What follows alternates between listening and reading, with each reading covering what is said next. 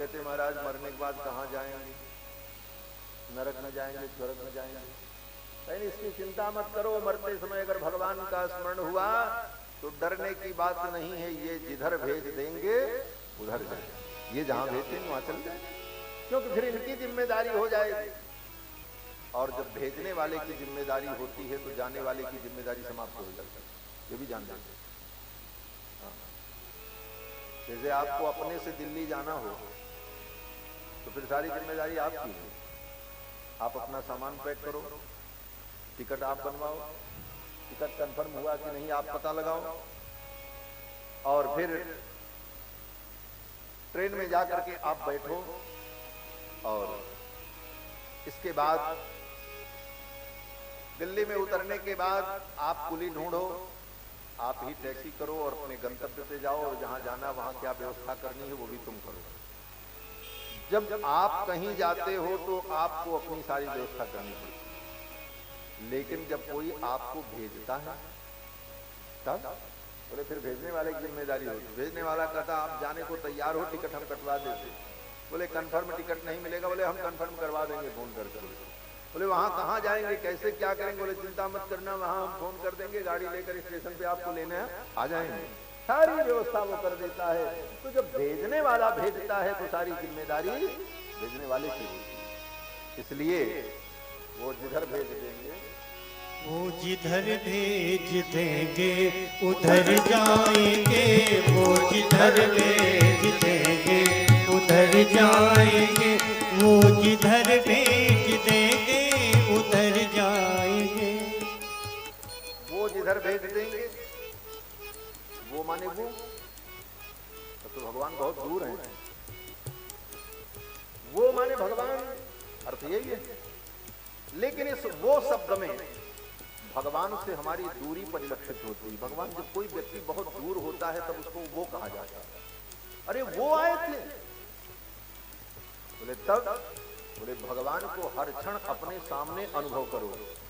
ये जिधर भेज देंगे उधर जाओ, ये जिधर भेज देंगे उधर जाएंगे, ये जिधर भेज देंगे उधर जाएंगे। राम का नाम लेकर झुमर जाएंगे, राम का नाम लेकर झुमर जाएंगे। वो अमर नाम दुनिया में कर जाएंगे, वो अमर नाम दुनिया में कर जाएंगे। ये कहने का भाव। तो श्रोता का स्वरूप क्या है यही मैं बता रहा हूं।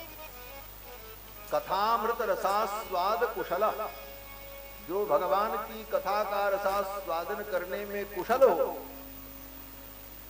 ये कुशलता। ऐसी कुशलता जब होगी तब ये कथा का आनंद होगा। इसी बात को गोस्वामी तुलसीदास जी ने एक पंक्ति में कह दिया कि श्रोता वक्ता ज्ञान निधि कथा राम के गुण। श्रोता के अंदर भी विशेषता हो, वक्ता में भी विशेषता हो, तब कथा का आनंद है। शौनक जी ने पूछा सूत जी से, और हाँ महाराज आपने बहुत कथा सुनाई है, अब हम आपसे कथा नहीं सुनना चाहते, शब्दों पर ध्यान देते। शौनक जी कहते हैं हे सूत जी, आपने बहुत कथा सुनाई और मैंने बहुत कथा सुनी, लेकिन अब हम कथा नहीं सुनना चाहते। बोले तब, बोले हम अब कथा का सार सुनना चाहते हैं। यही वाक्य है यहां पर, सूताख्या ही कथा सारम मम कर्ण रसायनम। शौनक जी कहते हैं कि हे भगवान आप हमें कथा का सार सुनाओ। कथा तो सब है, कथा माने दुनिया में जितनी बातें हम कहते सुनते हैं सब कथा ही है। शाब्दिक अर्थ ग्रहण करना। कथा का मतलब क्या, बोले कथनम कथा, जो कही जाती है उसी का नाम कथा। अब कथनम माने बदनम, जो हम बोलते हैं, जो कहते हैं, तो दिन भर कुछ न कुछ तो कहते ही रहते हैं। चाहे अच्छी बात चाहे बुरी बात, जो भी हम कहते हैं वो सब कथा ही है, क्योंकि वो कथन है, कथन है ना। तो दुनिया में जितना कुछ वाणी के द्वारा व्यवहार होता है, सब कथन है। इसीलिए लोग कहते हैं महाराज मैं उनके कथन को उद्धृत कर रहा हूं, ये उनका कथन है। तो जितना कथन है वो तो वाणी का व्यवहार है, लेकिन जितना भी हम वाणी का उपयोग करके कहते हैं, सुनते हैं, कहते हैं, सुनते हैं, लेकिन इन सब कहने सुनने में सार क्या है?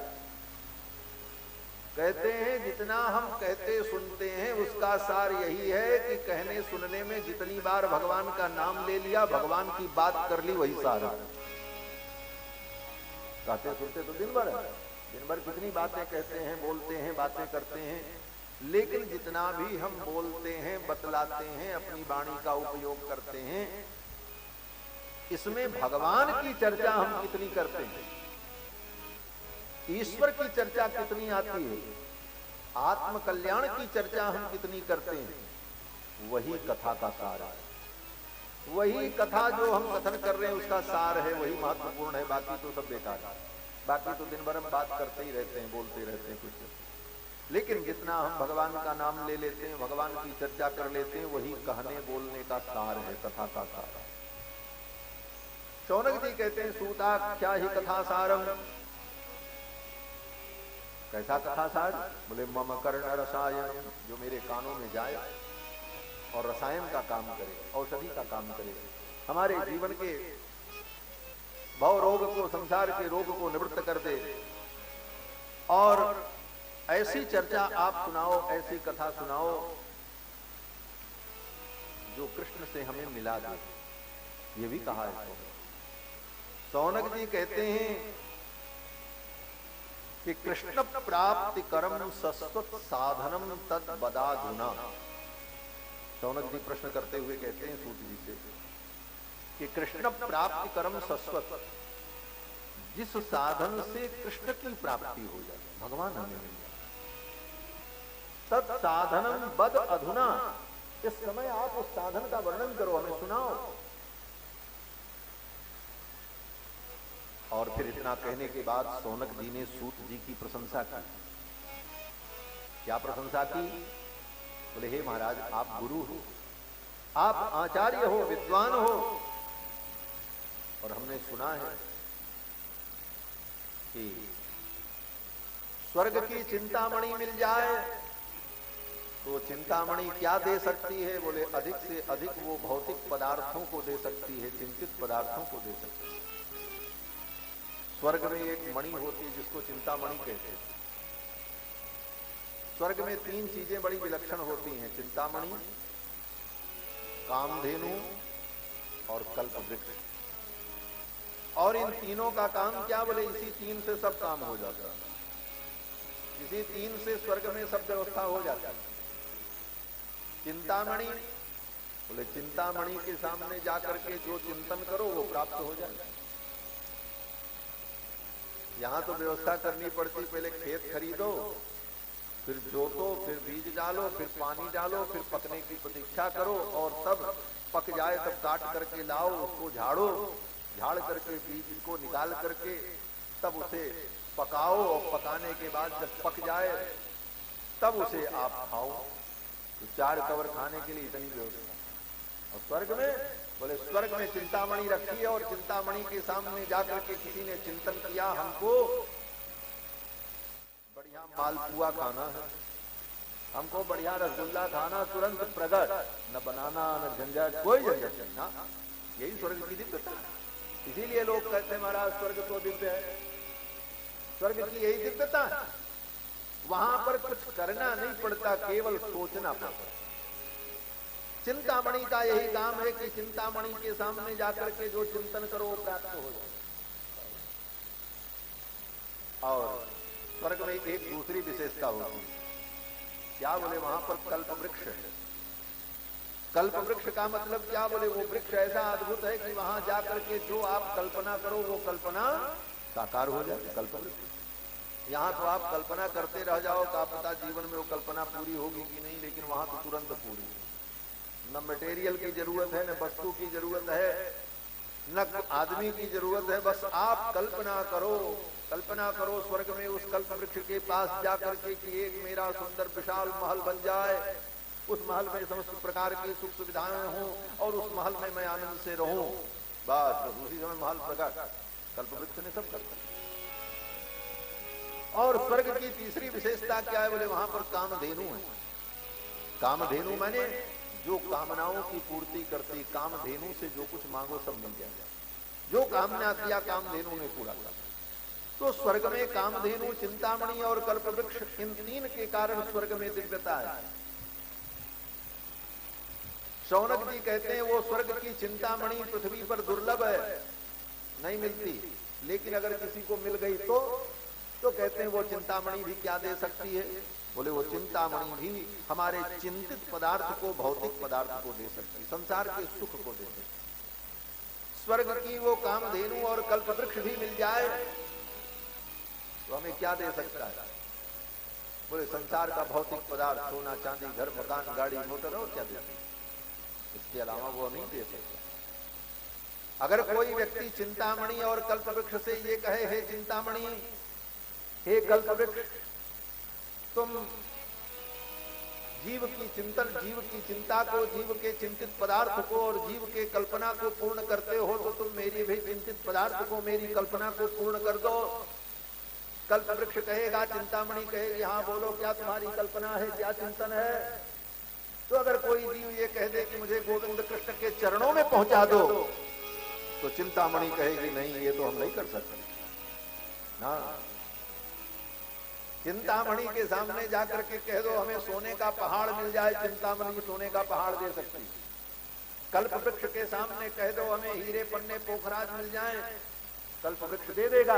लेकिन कल्पवृक्ष और चिंतामणि के सामने जाकर के कहो, हे चिंतामणि, हे कल्पवृक्ष, तुम मुझे गोविंद का दर्शन करा दो, मुझे कृष्ण का दर्शन करा दो, मुझे रघुनाथ जी का दर्शन करा दो, श्री सीता रामचंद्र जी मेरे सामने प्रकट हो जाए, मैं दर्शन करना चाहता हूं।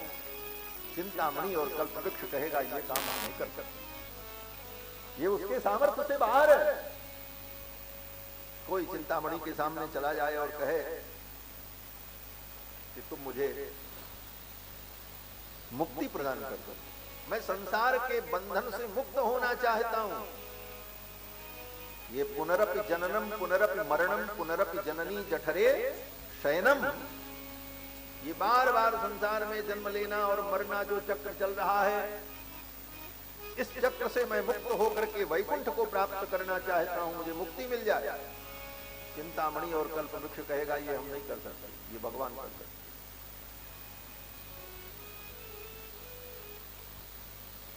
शौनक जी कहते हैं, हे सूत जी, चिंतामणि और कल्पवृक्ष और कामधेनु केवल भौतिक वस्तुओं को दे सकते हैं, लेकिन आप तो गुरु। अब गुरु की महिमा यहां पर कह रहे, गुरु की महिमा क्या है? शौनक जी कहते हैं, हे सूत जी, आप हमारे आचार्य हैं, हमारे गुरु हैं, और गुरु अगर प्रसन्न हो जाए तो प्रयच्छति गुरु प्रीतो वैकुंठम योग दुर्लभम, प्रयच्छति गुरु प्रीतो वैकुंठम योग दुर्लभम। अगर गुरु प्रसन्न हो जाए तो गुरु किसको दे देते हैं? बोले भगवान की प्राप्ति करा देते हैं। जिन भगवान की प्राप्ति कल्पवृक्ष नहीं करा सकता, चिंतामणि नहीं करा सकती, अगर गुरु प्रसन्न हो जाए तो वो भगवान की प्राप्ति करा सकते। भगवान की विशेषता क्या है? कहते हैं वैकुंठम योगी दुर्लभम, जो भगवान योगियों को भी दुर्लभ है, ऐसे भगवान की प्राप्ति गुरु की कृपा से हो जाती है, और गुरु की कृपा से भगवान के धाम वैकुंठ की प्राप्ति हो जाती है। प्रयच्छति गुरु प्रीतो वैकुंठम योगी दुर्लभ। इतना कहकर के शौनक जी ने सूत जी के चरणों में प्रणाम किया। सूत जी प्रसन्न हो, अपने गुरु जी की महिमा गुरु जी के सामने कही। इसका भी नियम है। हमारा सनातन धर्म हमारे जीवन के समस्त आचरणों को व्यवस्थित करने के लिए मार्गदर्शन करता है। किस परिस्थिति जो भगवान योगियों को भी दुर्लभ है, ऐसे भगवान की प्राप्ति गुरु की कृपा से हो जाती है, और गुरु की कृपा से भगवान के धाम वैकुंठ की प्राप्ति हो जाती है। प्रयच्छति गुरु प्रीतो वैकुंठम योगी दुर्लभ। इतना कह करके शौनक जी ने सूत जी के चरणों में प्रणाम किया। सूत जी प्रसन्न हो गए, अपने गुरु जी की महिमा गुरु जी के सामने कही। इसका भी नियम है। हमारा सनातन धर्म हमारे जीवन के समस्त आचरणों को व्यवस्थित करने के लिए मार्गदर्शन करता है। किस परिस्थिति में हमें क्या करना है, कैसे करना है, क्यों करना है, इन सब विषयों पर शास्त्र में प्रकाश डाला गया। प्रशंसा भी करनी चाहिए, लेकिन किसकी करनी चाहिए, किसकी नहीं करनी चाहिए, कहां करनी चाहिए, कहां नहीं करनी चाहिए, सब विषय पर विचार है। पुत्र और शिष्य की प्रशंसा करनी चाहिए। अगर पुत्र योग्य है और शिष्य योग्य है तो पुत्र और शिष्य की प्रशंसा करनी चाहिए, लेकिन उसके मुख पर नहीं करनी। अगर आपका बेटा बहुत अच्छा है तो चार आदमी के बीच में बेटे के सामने बेटे की प्रशंसा कभी मत करना। मेरा बेटा बहुत अच्छा है, ये लड़का बहुत अच्छा है। चार आदमी के बीच में उस बेटे की उसके मुख पर आपने अगर प्रशंसा की तो वो आपका बेटा बर्बाद हो जाएगा। अगर गुरु अपने शिष्य की प्रशंसा उसके मुख पर करने लग जाए तो शिष्य के अंदर अभिमान आ जाएगा। गुरु और शिष्य की प्रशंसा पीठ पीछे करनी चाहिए। और सेवक की प्रशंसा, बोले सेवक की भी प्रशंसा करनी चाहिए। आपके घर का नौकर हो, सेवक हो, वह भी प्रशंसनीय होता है, लेकिन कब, बोले पीठ पीछे उसकी प्रशंसा करोगे उसका कोई परिणाम नहीं। सामने उसकी प्रशंसा करोगे बोले व्यर्थ हो जाएगा। बोले तब, बोले सेवक की प्रशंसा तब करनी चाहिए जब वो काम संपन्न कर दे, उसके काम को देख करके उसे सराहना देनी चाहिए और उसकी प्रशंसा करनी चाहिए। बात बहुत कार्य करने के बाद, कार्य निवृत्ति के बाद उसकी प्रशंसा करनी चाहिए। और गुरु की प्रशंसा, बोले गुरु की प्रशंसा और भगवान की प्रशंसा, गुरु की महिमा का वर्णन और भगवान की महिमा का वर्णन गुरु के सामने और भगवान के सामने ही कर ये विधि, उनके सामने ही उनकी स्तुति करनी चाहिए। इसीलिए हम भगवान की प्रशंसा भगवान के सामने करते, पीछे नहीं करते। पीछे रहते तब कौन भगवान की प्रशंसा करता? जब भगवान के सामने जाते हैं मंदिर में, तब भगवान के सामने ही कहते हैं तुम्हें माता सविता तुम होगा, तुम्हें बंधुत्व गुरु तुम होगा। भगवान के सामने भगवान की स्तुति करते हैं। तो स्तुति माने प्रशंसा। तो आचार्यों की, गुरुजनों की और भगवान की प्रशंसा उनके सम्मुख करते हैं। सम्मुखे गुरवस्तुत्या, ये शास्त्र का वचन है कि गुरु और भगवान की स्तुति उनके सम्मुख करनी चाहिए। इसीलिए शौनक जी ने अपने गुरु जी की स्तुति उनके सामने ही और कहा, हे गुरुदेव आप महान हैं, प्रयच्छति गुरु प्रीतो वैकुंठम योगी दुर्लभम। अगर गुरु प्रसन्न हो जाएं तो वो वैकुंठ प्रदान कर देते हैं, भगवान की प्राप्ति करा देते हैं। यह सुनकर सूत जी महाराज बड़े प्रसन्न हुए और सूत जी ने कथा प्रारंभ। सूत जी ने सबसे पहले मंगलाचरण किया और मंगलाचरण में भगवान को प्रणाम किया। सच्चिदानंद रूपाय विश्वोत्पत्त्यादि हेतवे तापत्रय विनाशाय श्री कृष्णाय वयं नुमः। इस अनुष्टुप छंद के श्लोक में सूत जी महाराज भगवान को प्रणाम करते हैं। ये प्रणाम करना भी एक भक्ति है और ये भक्ति होते हुए मुक्ति का बहुत बड़ा साधन है, भगवान को प्रसन्न करने का बहुत बड़ा साधन है।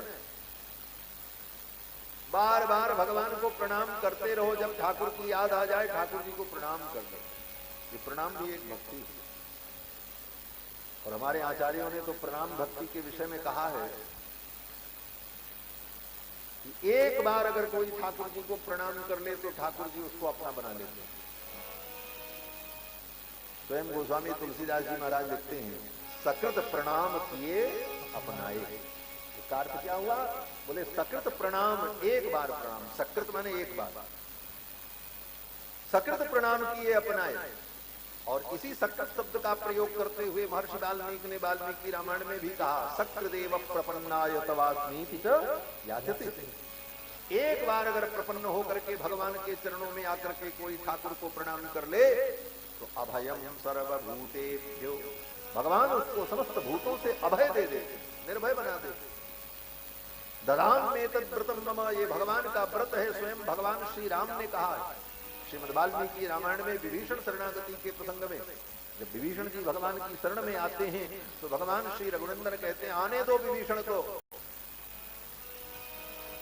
सुग्रीव ने कहा, महाराज रावण का भाई है, शत्रु का भाई है, इस समय युद्ध का प्रसंग चल रहा है, दुश्मन के भाई पर भरोसा नहीं करना चाहिए, नीति यही कहती है।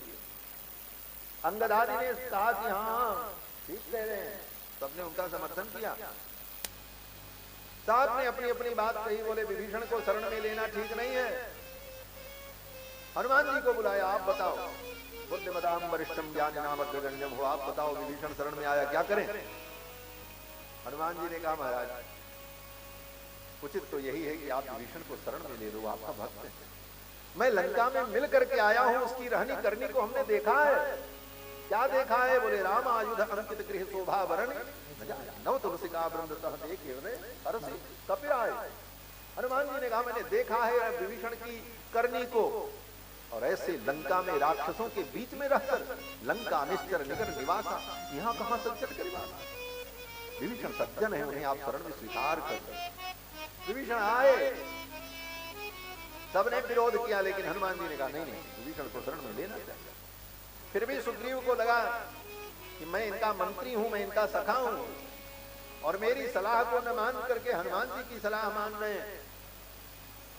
तो भगवान तो बड़े नीतिज्ञ हैं, भगवान ने सोचा कहीं सुग्रीव जी को बुरा न लग जाए, क्योंकि अभी इनसे बहुत काम लेना है, सारी सेना इन्हीं की है, आगे का सब काम धाम तो इन्हीं के भरोसे होना।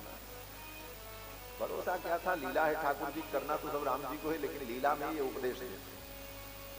भगवान ने सोचा सुग्रीव को भी दुखी करना ठीक नहीं है, इसलिए कहा सुग्रीव आने दो, तुमको ये चिंता है कि ये राक्षस कुछ अनिष्ट कर देंगे, तो विभीषण सुन लो, ये तुम्हारे भरोसे और तुम्हारे इन बंदर भालुओं के भरोसे हमने रावण से शत्रुता नहीं ली। तब राम जी कहते हैं, पिशाचान दानवान क्रूरान पृथिव्याम चैव राक्षसान, श्रीमद् वाल्मीकि रामायण में। इस पृथ्वी पर जितने पिशाच हैं, दानव हैं, राक्षस हैं, सब आ जाए एक साथ। पिशाचान दानवान क्रूरान पृथिव्याम यान राक्षसान, पृथ्वी पर जितने राक्षस हैं उन सबको अंगुल्यग्रेणताम हन्यम इच्छन हरिगणेश्वर, हे हरिगणेश्वर, हे वानरों के राजा सुग्रीव, मैं उन सबको अपनी उंगली के अग्रभाग से समाप्त कर देने का सामर्थ्य रखता हूं, तुमको क्यों चिंता था? ये राम जी का सामर्थ्य। ये तो लीला है कि राम जी कह रहे हैं पुल बनाओ, बानर को बुलाओ, ये करो वो करो, दुनिया का नाटक है, लेकिन राम जी का सामर्थ्य। राम जी कहते हैं अंगुल्यग्रेणताम हन्यम, अंगुली के अग्रभाग से मैं उनको मार सकता हूं। अंगुली का अग्रभाग क्या होता? बोले न होता ये नख नख। इसकी व्याख्या करते हुए मेरे पूज्य स्वामी जी महाराज कहा करते थे,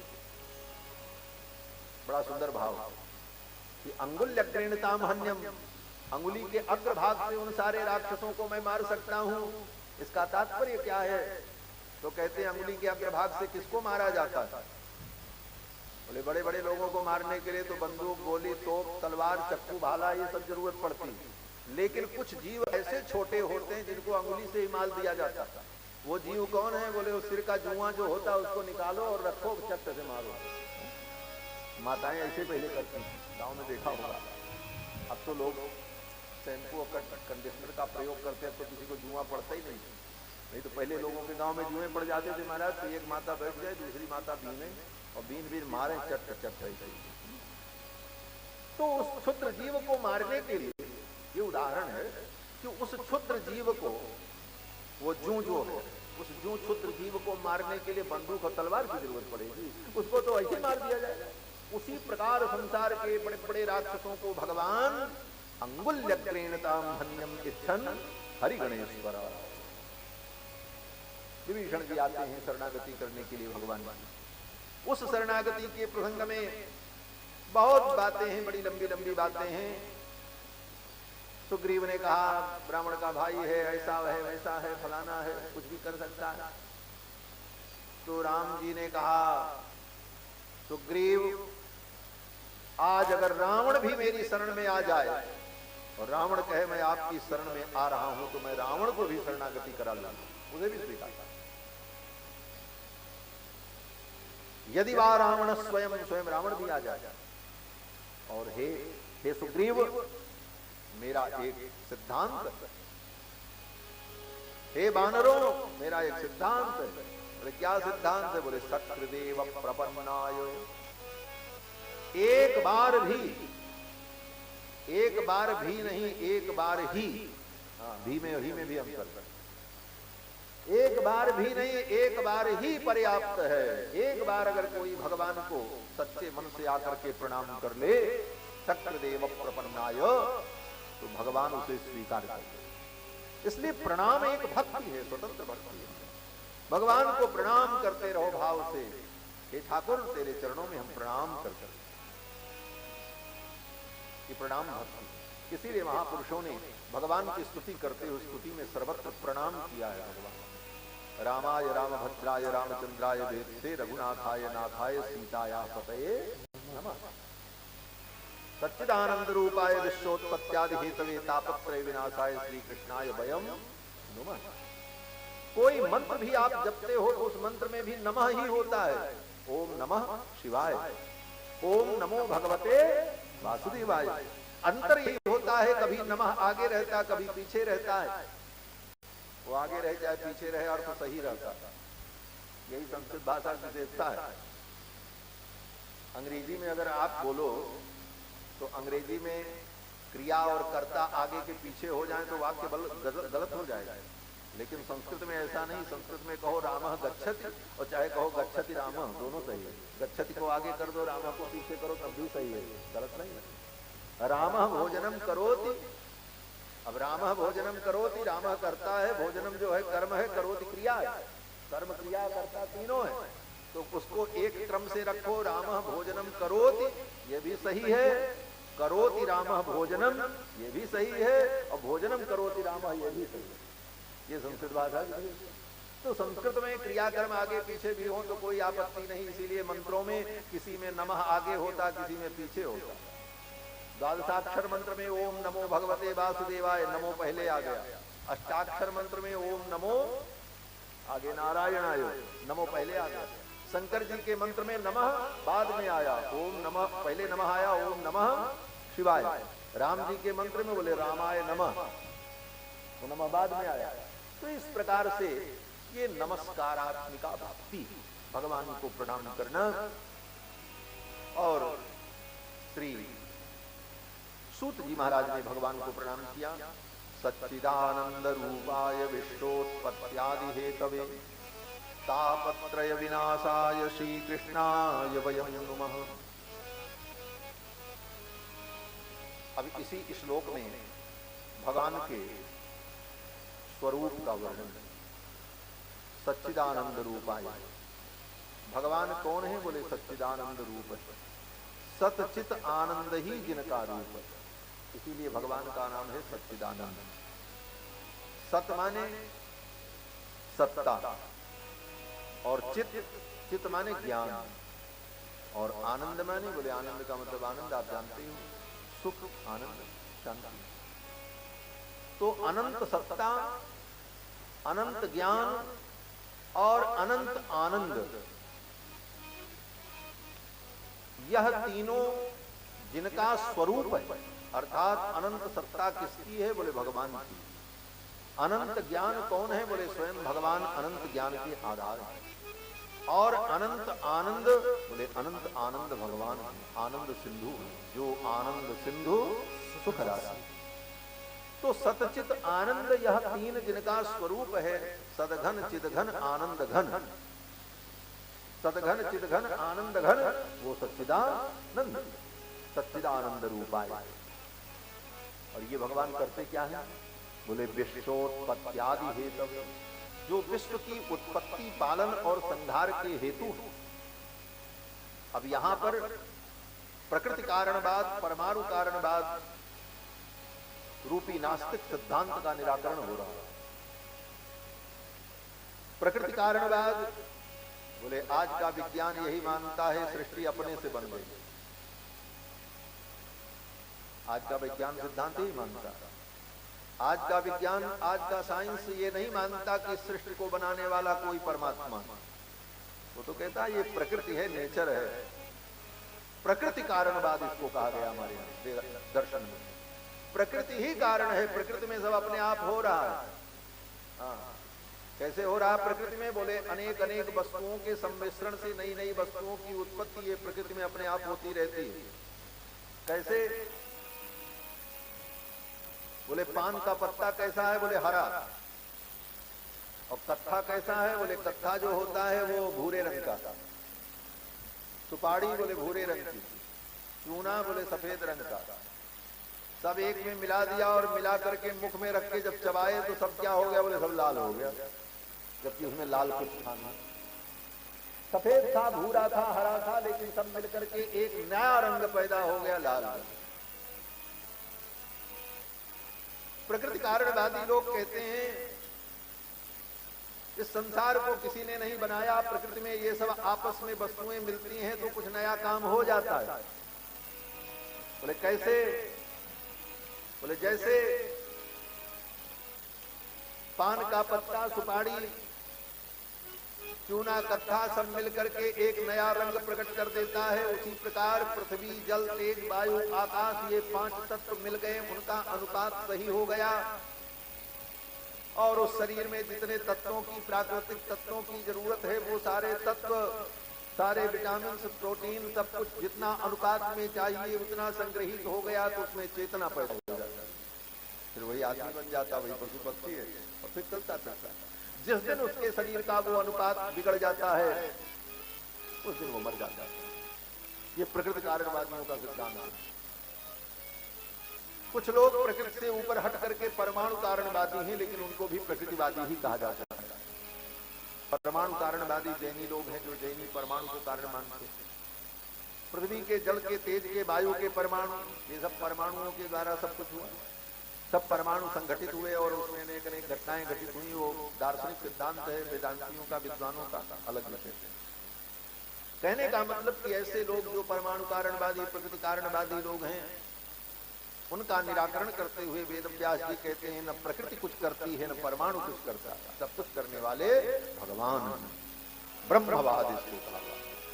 और वेदांती जो होता है वो वेदांती ब्रह्मवाद के सिद्धांत को मानता है कि ये संपूर्ण सृष्टि एक ब्रह्म परमात्मा से हुई, प्रकृति से नहीं हुई। क्यों? बोले प्रकृति तो जड़ है, जड़ वस्तु में कुछ करने की क्षमता तो होती है, लेकिन वो क्षमता तब होती है जब कोई चेतन व्यक्ति उस प्रकृति में हलचल पैदा करे। समझना इसको। जैसे आप गेहूं का बीज खेत में ले जाकर के डालो, पानी मिले, सूर्य का प्रकाश मिले, चंद्रमा की किरणें मिले तो वह गेहूं अंकुरित हो जाएगा, जम जाएगा, उसमें अन्न पैदा होगा। या तो प्रकृति में। लेकिन विचार करना, गेहूं आपके घर में रखा हो और खेत वहां हो और आप जब तक उसे उठा करके ले जा करके वहां डालोगे नहीं तब तक वो जमेगा नहीं। गेहूं भी है, खेत भी है, पानी भी बरस रहा है, सब कुछ है, लेकिन वह गेहूं अंकुरित नहीं हुआ, वो अन्न का बीज अंकुरित नहीं हुआ। क्यों? बोले वह अन्न भी जड़ है, पृथ्वी भी जड़ है, पानी भी जड़ है, सारी वस्तुएं प्रकृति की जड़ हैं। उन जड़ वस्तुओं में स्वतः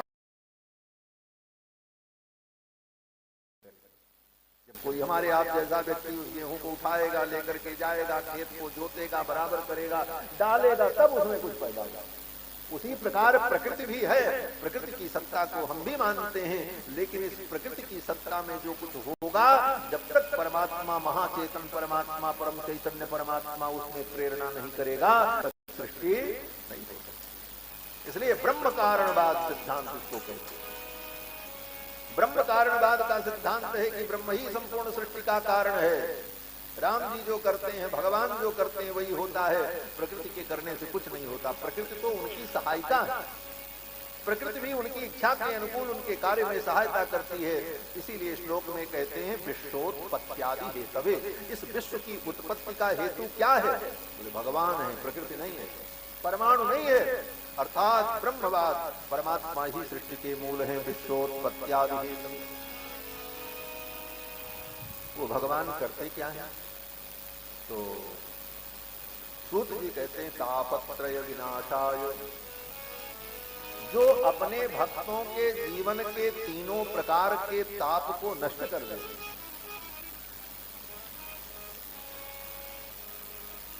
तापत्रय विनाशाय,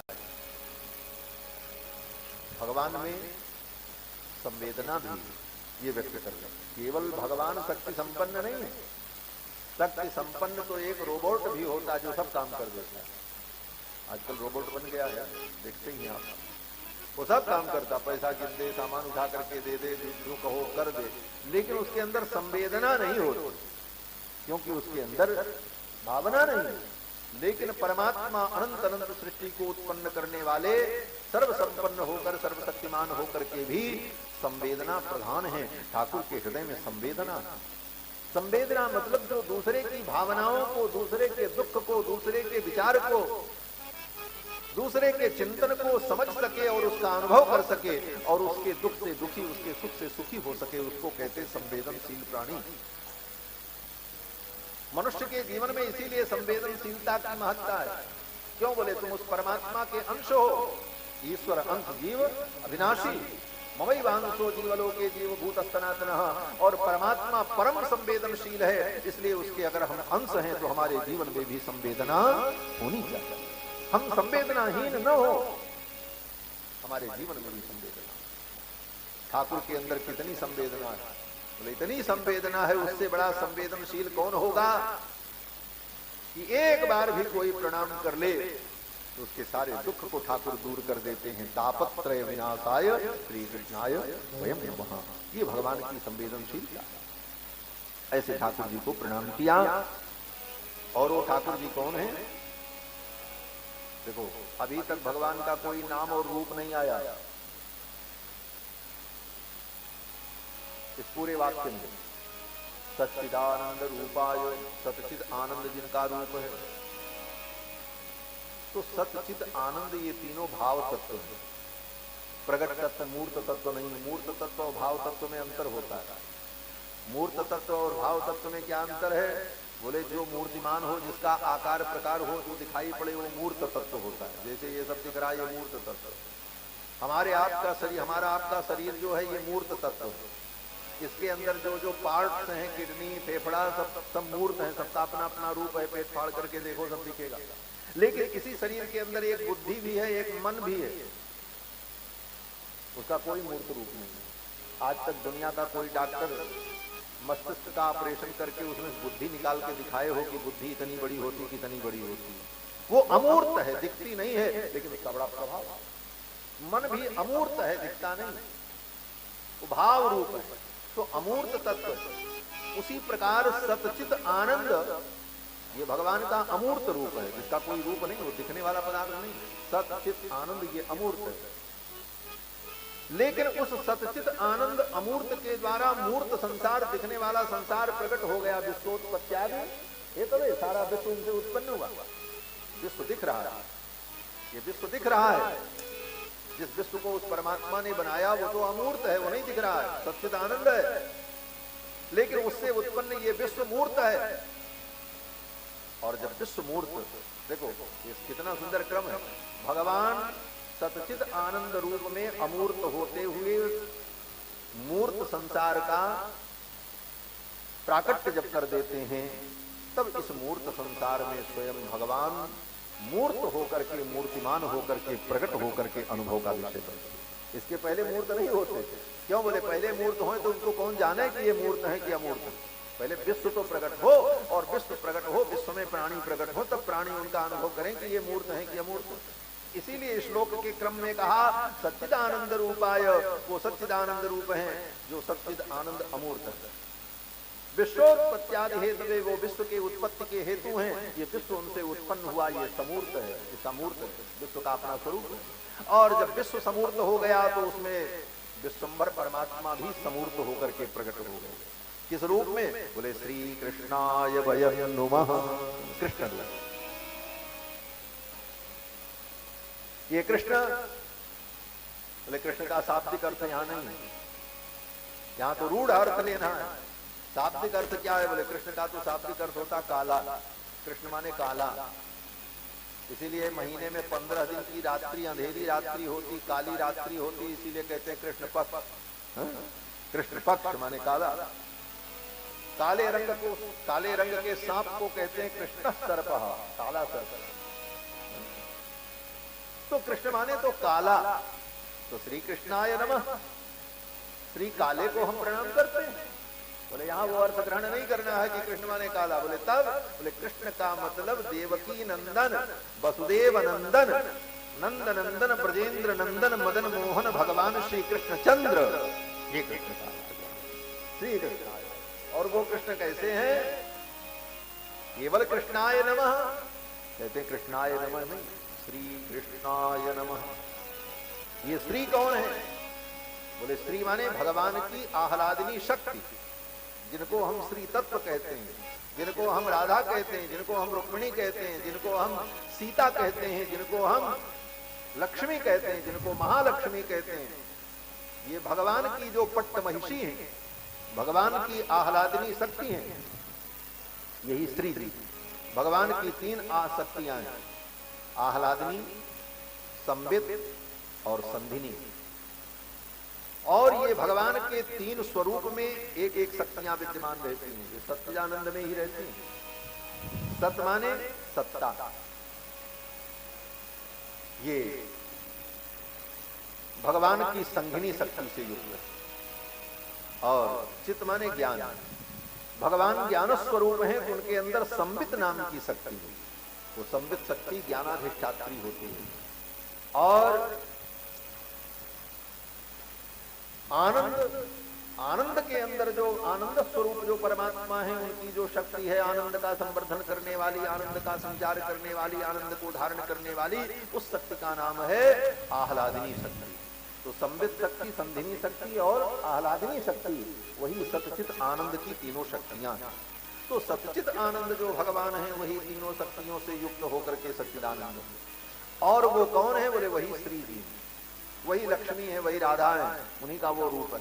कभी वो एक रूप में रहते हैं, कभी 2 रूप में, कभी 3 रूप में, कभी 4 में, 5 में, 10 में, 20 में, 50 में, 1000 में, उनके लाखों रूप हो सकते हैं। इसीलिए कृष्णावतार में भगवान की वो जो श्री शक्ति है, वो 16,108 रूपों में, वही भगवान की कृष्ण की पटरानियां हैं।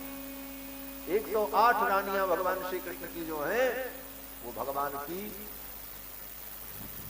सतचित आनंद की संबित, आह्लादिनी और संधिनी शक्तियों के भिन्न भिन्न रूप है।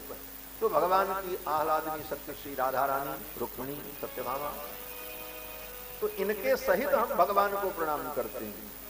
श्री सहिताय कृष्णाय, श्री के सहित जो कृष्ण है उनको हम प्रणाम करते हैं। श्री कृष्णाय वयं नुमः, प्रणाम किया। और सूत जी महाराज कथा सुनाने लगे। और सूत जी ने सबसे पहले कहा, हे मुनियों, इस घोर कलयुग में काल व्याल मुख ग्रास त्रास निर्णास हेतवे, जो प्राणी काल के मुख के ग्रास बन चुके हैं, ऐसे प्राणियों को भी काल के मुख के त्रास से मुक्त करने वाली अगर कोई कथा है तो श्रीमद्भागवतम शास्त्रम कलौ तीरेण भाषितम, ये श्रीमद्भागवत शास्त्र है जो कलयुग में सुखदेव ने जिसे सुनाया, सुखदेव जी ने सर्वप्रथम जिसको गाया। और इसके अतिरिक्त मन को प्रसन्न करने वाला, मन को पवित्र करने वाला दूसरा कोई साधन नहीं। इन एक एक बातों पर ध्यान देंगे। ऐसे तो गा बजा करके 3 घंटे की कथा पूरी हो जाएगी, आपका मनोरंजन हम बहुत बढ़िया कर देंगे, लेकिन मनोरंजन जरूरी नहीं है। मनोरंजन के साथ साथ तत्वबोध, और तत्वबोध के साथ साथ मनोभंजन, मन का भंजन होना जरूरी है, क्योंकि इस मन ने ही तो सारे दुख को उत्पन्न किया है।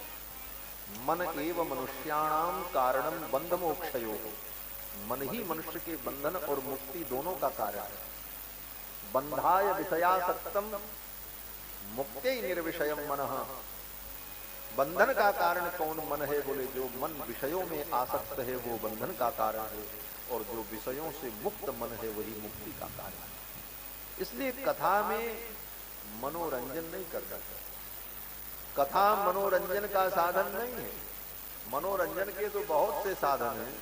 चले जाओ, घूमो टहलो, नदी के किनारे स्विमिंग करो और खेलो कूदो, गाड़ी मोटर चलाओ, फिल्म देखो, गाना सुनो, नाचो कूदो, और इतने के बाद भी तुम्हारा मनोरंजन न हो तो फिर बड़े बड़े दुष्ट साधन भी दुनिया में। हाँ, जाकर के खाए लो, भांग पड़े रहो, कहीं मस्त रहो, करने वाले करते, सारा गम दुनिया का भूल जाए। तो मनोरंजन करने के लिए तो दुनिया के बड़े बड़े साधन हैं, लेकिन ये भागवत क्या है, भगवान की कथा क्या है? बोले ये मनोरंजन नहीं है, ये मनोभंजन है। जो तुम्हारा मन इधर उधर आज तक मनमानी कर रहा था, उस मन को इस कथा के डंडे से ठोक करके, पीट करके इसको सही करो, मन को नियंत्रित करने के लिए। बोले महाराज कथा में मन लगता ही नहीं। बोले लगाना पड़ेगा, जबरदस्ती मन को कथा में लगाओ, और कथा में लगेगा मन, और बार बार मन को जब ये सब बातें सुनने को मिलेंगी तो अंत में ये मन धीरे धीरे ठीक होगा, सुधर जाएगा। पहले तो नहीं लगेगा। जैसे स्कूल को बच्चे को स्कूल में भेजो, पहली बार तो बड़ा रोता चिल्लाता नहीं जाता। आप लोग भी रोए चिल्लाए और हम लोग भी रोए चिल्लाए। पहली बार स्कूल जाने में तो लगता है जैसे फांसी करना पड़ा, और वहां बैठना 3 घंटे 4 घंटे, बोले और बढ़िया बात। छुट्टी मिल गई तो लगा दुनिया की सबसे बड़ी वस्तु मिल गई, ले बस्ता कूदते फांदते भगो अपने घर। तो जिस प्रकार से विद्यालय में बच्चे को जाने में कठिनाई होती है, लेकिन जबरदस्ती भेजा जाता है, डांट करके, मार करके, और वहां भी गेट में ताला बंद, मैडम खड़ी हैं बाहर नहीं जा सकते, डांट पड़ेगी, मार पड़ेगी, तो डर के मारे, डर से, भय से बैठता है। 1 दिन 2 दिन 10 दिन 20 दिन 50 दिन करते करते फिर उसे स्कूल जाने की आदत पड़ जाती, और फिर जब पड़ जाती है आदत तो स्कूल में भी उसको दोस्त मिल जाते हैं, अच्छे लोग मिल जाते हैं, वहां का वातावरण उसे अच्छा लगने लगता है, और वही उसके जीवन के उत्कर्ष का कारण बनता है। फिर उसका आगे चल करके उत्कर्ष होता है, वो महान ज्ञानी विद्वान और प्रबुद्ध बन जाता है। लेकिन अगर वो स्कूल ही न जाए कि अरे तो बड़ी आफत है, मन के विपरीत है, बोले तो फिर क्या करेगा? फिर तो कुछ नहीं कर सकता। उसी प्रकार भगवान की कथा में पहले मन नहीं लगता, लेकिन जबरदस्ती इसमें मन लगाओ, और मन लगा लगा करके मन का जब नियंत्रण होगा, यही कथा सुनने का फल है, यही साधना, तब मन पवित्र होगा। इसी बात की चर्चा करते सूत जी कहते हैं, एतस्माद अपरम किंचन मनः शुद्धेन विद्यते। भगवान की कथा के अतिरिक्त मन को शुद्ध करने वाला दूसरा कोई साधन नहीं।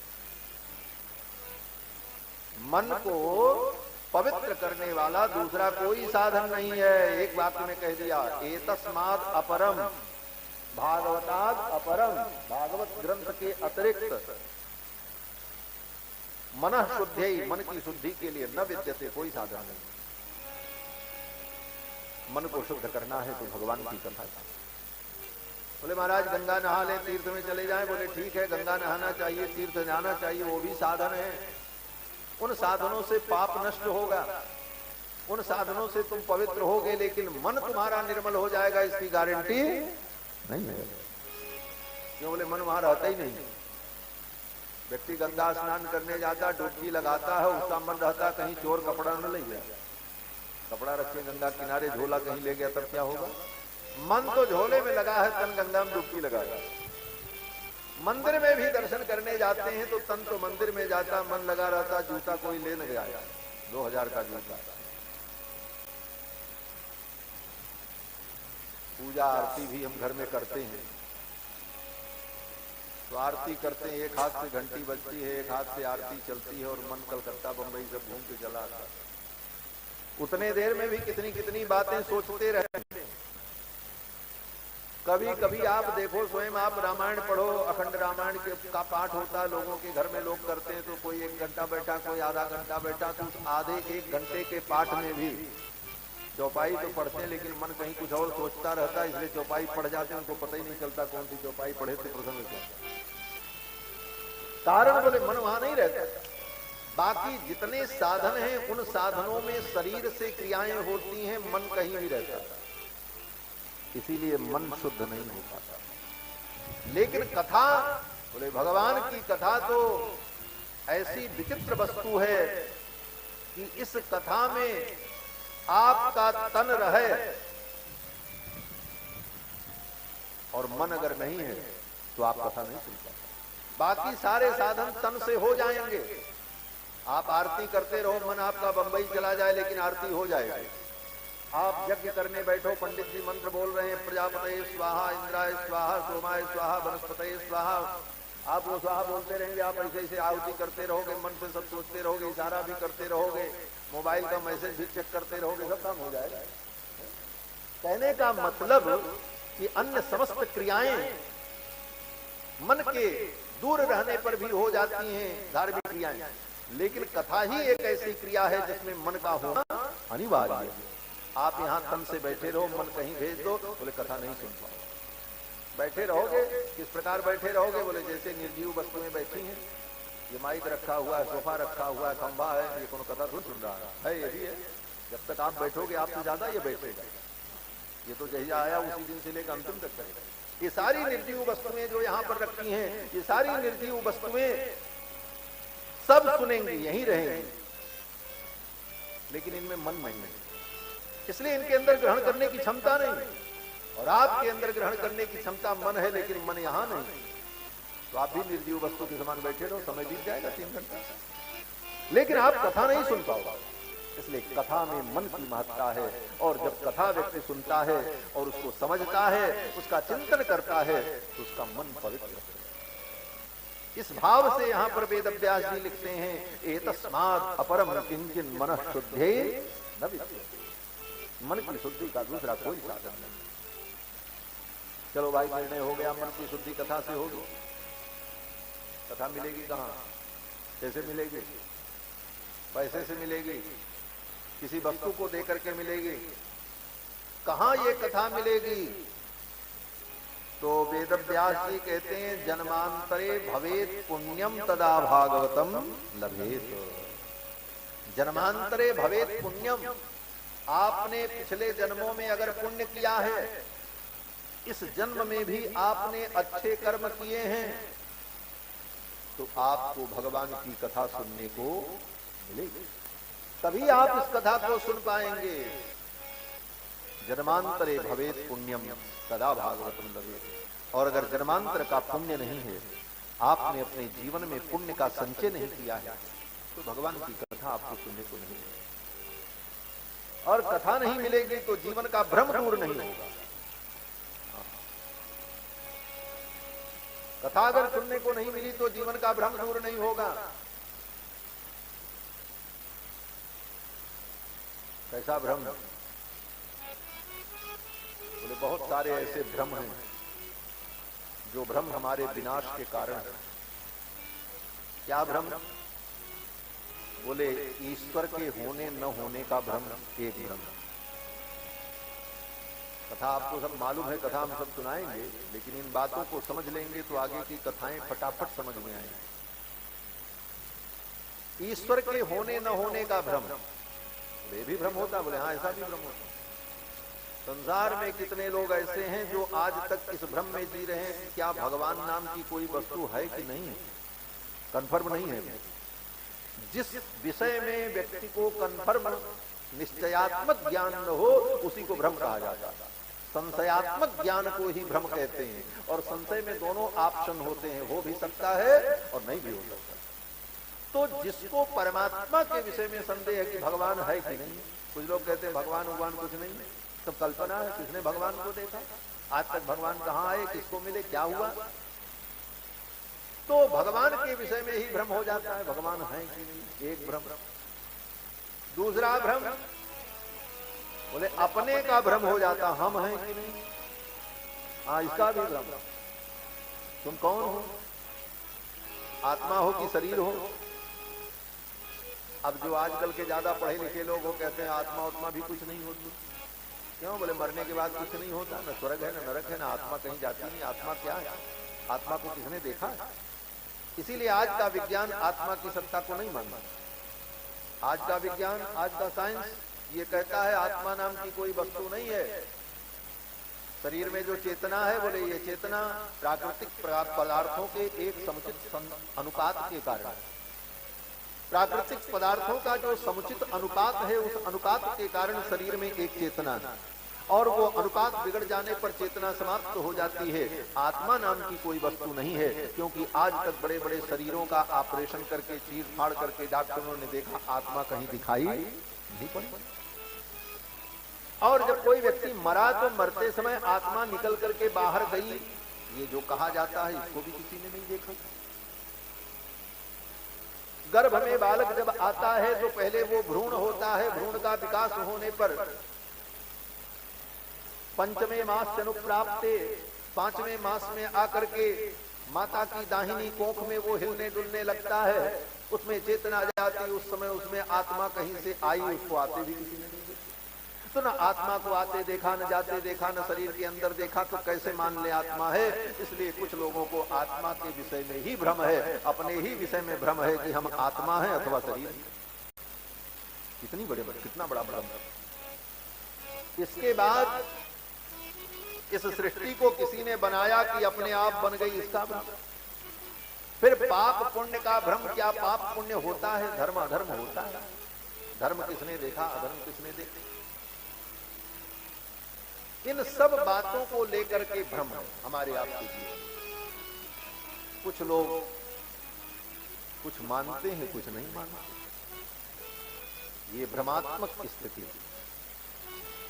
इसके बाद भी हम अपने आप को कहते हैं हम बड़े ज्ञानी हैं, हम बड़े विकास युक्त हैं, हम विकासवादी हैं, हमने बहुत विकास किया, बहुत कुछ अनुभव किया, बहुत कुछ सीखा। दुनिया को जानने के लिए तुमने बहुत प्रयास किया, लेकिन इस दुनिया को उत्पन्न जिसने किया उसको तुम जानिए। देखो, जानने के लिए तीन वस्तुओं का महत्व होता है। ज्ञाता, ज्ञेय, ज्ञान। ज्ञाता माने जानने वाला, ज्ञेय माने जिसको जाना जाएगा, और जानने का जो साधन है वो क्या है, ज्ञान। तो ज्ञाता, ज्ञेय, ज्ञान, और जिसका हम ध्यान करेंगे तो वहां भी तीन वस्तु, ध्याता, ध्येय, ध्यान। एक ध्याता ध्यान करने वाला, एक ध्येय वो परमात्मा, और उन दोनों के बीच में कनेक्टिविटी स्थापित करने का साधन क्या बोले, ध्यान। ध्याता, ध्येय, ध्यान, ज्ञाता, ज्ञेय, ज्ञान, इन तीन तत्व को तो जानना ही पड़ेगा। तो हम इन विषयों में भ्रमित हैं, बाकी तो सब कुछ जानने की कोशिश की। 84 लाख योनियों में मानव बुद्धि प्रधान प्राणी है, और इसने अपनी बुद्धि का उपयोग किया, लेकिन बड़ी गलत दिशा में किया। क्या जानने चला, बोले ये जानने चला कि समुद्र में क्या है, पृथ्वी में क्या है, चंद्रमा क्या है, मंगल पर क्या है। इसको जान करके तुम क्या करोगे। मैं जिस अर्थ में कहना चाहता हूं आप समझेंगे। मैं विरोधी नहीं हूं विज्ञान का, लेकिन मेरा कहने का तात्पर्य समझो कि चंद्रमा को जान लोगे, मंगल पर क्या है ये जान लोगे, तो क्या तुम्हारी जिज्ञासा पूर्ण हो जाएगी। उसके बाद भी जिज्ञासा बची रहेगी, शुक्र पर क्या है, शनि पर क्या है, 9 ग्रहों पर क्या है, फिर 9 ग्रह के अतिरिक्त इस निहारिका मंडल में, इस ब्रह्मांड में कितने कितने पिंड हैं, उन पिंडों पर क्या है, आकाश का अंत कहां है। क्या सब कुछ तुम पता लगा पाओगे? कदापि नहीं। लेकिन अगर उस परमात्मा को जान लिया, उस परमात्मा के विषय में, जिसके विषय में तुम्हें भ्रम है कि वो है कि नहीं है, हम आत्मा है कि नहीं है, तो अपने आप को जान लो ज्ञाता, क्योंकि तुम ज्ञाता हो, तुम ज्ञान के इच्छुक हो, तुम ज्ञाता बनना चाहते हो, इसलिए अपने आप को जान लो ज्ञाता। और जिसको जानना चाहते वो ज्ञेय, ज्ञेय उसको जानना है परमात्मा, ज्ञाता, ज्ञेय। और ज्ञान क्या है, बोले ज्ञान यही शास्त्र।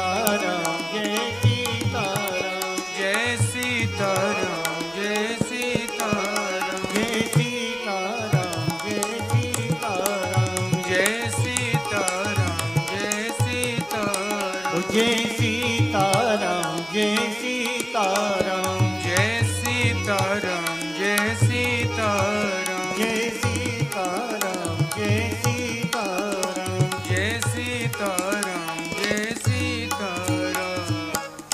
श्री सीतारामचंद्र भगवान भगवान की की जय श्री राधा कृष्ण भगवान की जय जय जय श्री राधे श्याम। मैं निवेदन कर रहा था कि अपने आप को जानना, परमात्मा को जानना, इन शास्त्रादि साधनों के द्वारा इन्हें जान लेना, यही सबसे बड़ा ज्ञान है और यही भ्रम की निवृत्ति जीवन में हो जानी चाहिए। हमारे जीवन में परमात्मा को लेकर, आत्मा को लेकर के, परमात्मा की प्राप्ति के साधन को लेकर के और संसार की नित्यता और अनित्यता को लेकर के जो भ्रम है वो भ्रम हमारे जीवन से दूर हो। यही जीवन में हमें सीखना है। मनुष्य जीवन का इतना ही उद्देश्य है वास्तव में, बस। बाकी खाना पीना कमाना मर जाना ये जीवन का उद्देश्य नहीं है। इतना तो पशु भी कर लेता है भाई। पशु भी अपना भोजन ढूंढ लेता है, अपने बच्चों को उत्पन्न करके उनका पालन पोषण भी कर लेता है और एक दिन अपनी आयु को पूर्ण करके पशु भी मर जाता है। फिर उस मर जाने के बाद उस पशु को कौन जानता है वो कौन था, उसका नाम क्या था, किस रंग का था। उसी प्रकार मनुष्य भी पैदा होता है, पढ़ता लिखता है, खाता है, कमाता है, मर जाता है। मर जाने के बाद दुनिया भूल जाता है, किसी को कुछ याद नहीं। हमारे आपके जैसे अरबों खरबों लोग, अरबों खरबों तो कम है, अनंत लोग जब से सृष्टि आए मरे चले गए, कौन किसको जाने। अभी जितने लोग बैठे हैं यही किसी से पूछ लिया जाए आपके 5 पीढ़ी पहले कौन थे, उनकी फोटो दिखा दो, जरा उनका नाम बता दो, कैसे थे, उनकी कोई यादगार सुना दो, बोले कुछ नहीं होगा। किसी को अपने ही खानदान के 5 पीढ़ी पीछे के लोगों को हम लोग न जानते हैं, न देखा है, न उनका कोई हमारे पास कोई वैसा एविडेंस है जिससे हम प्रमाणित कर सकते। लेकिन ये प्रमाण जरूर है कि हम हैं, इसलिए हमारी 5 पीढ़ी पहले भी कोई रहा होगा, नहीं तो हम कहां से आ जाए। बस ये इतना प्रमाण। तो उसी प्रकार से इस संसार में केवल हम खा लें, कमा लें, मर जाएं, चले जाएं, ये जीवन का उद्देश्य नहीं। मनुष्य के जीवन में आकर के आत्मा, परमात्मा, परमात्मा की प्राप्ति का साधन, दुख की निवृत्ति, दुख का क्या कारण है, भ्रम की निवृत्ति, इन सारी चीजों को हम अपने जीवन में अनुभव कर लें और तब ये हमारा मानव जीवन सार्थक हो। इसी सार्थकता के लिए भागवत, रामायण, गीता, 18 पुराण और उपनिषद, वेद आदि ग्रंथ हैं जिनके माध्यम से हम अपने इस भ्रम को दूर करते हैं। सूत जी महाराज कहते हैं जिसने जन्मांतर में पुण्य किया है उसी को भगवान की ये कथा मिलेगी और ये कथा हमारे जीवन के भ्रम को दूर कर देगी। परमात्मा के विषय में भ्रम है, भ्रम दूर हो जाएगा। आत्मा के विषय में भ्रम है, कथा सुनोगे भ्रम दूर हो जाएगा।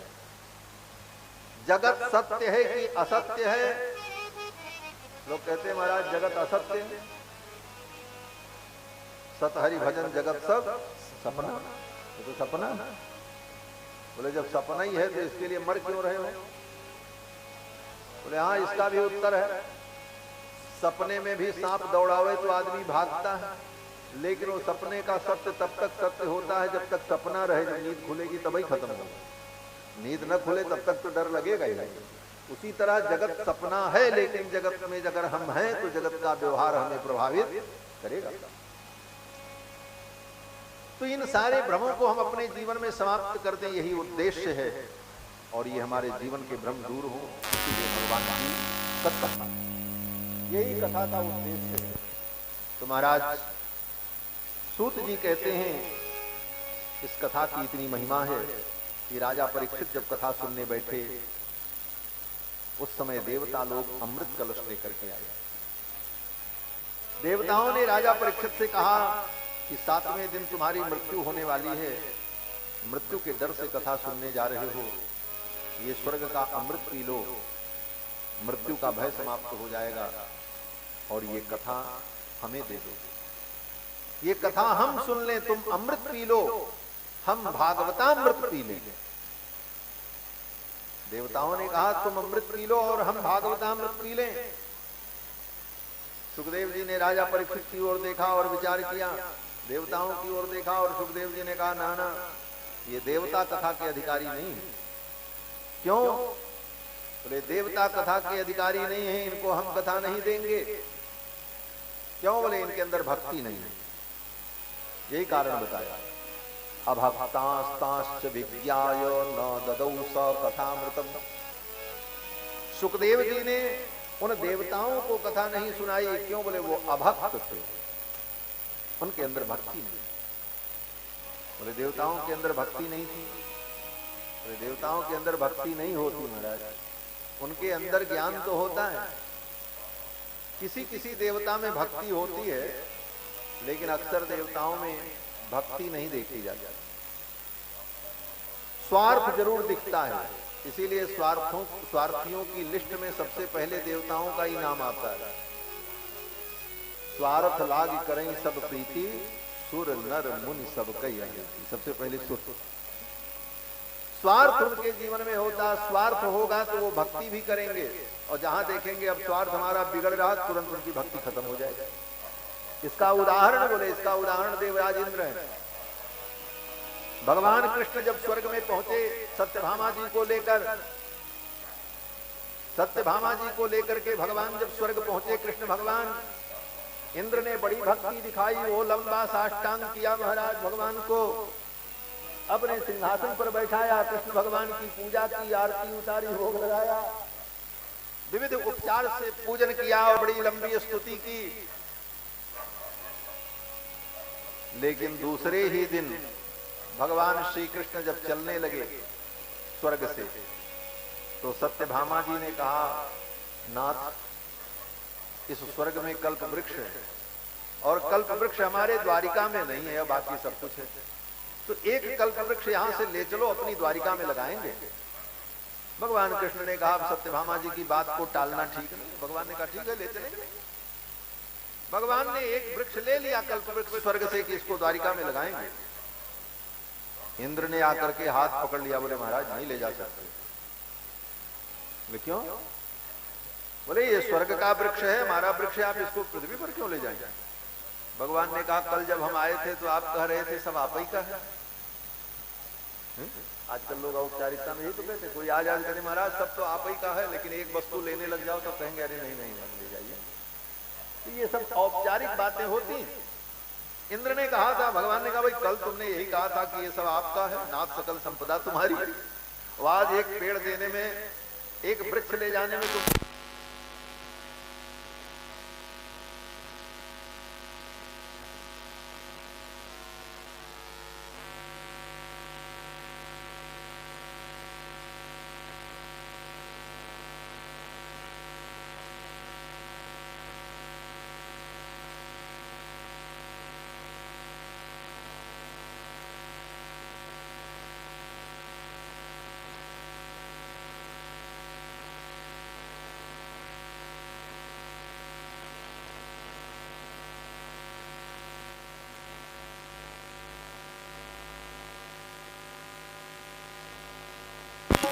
राम सीता राम राम राम सीता राम राम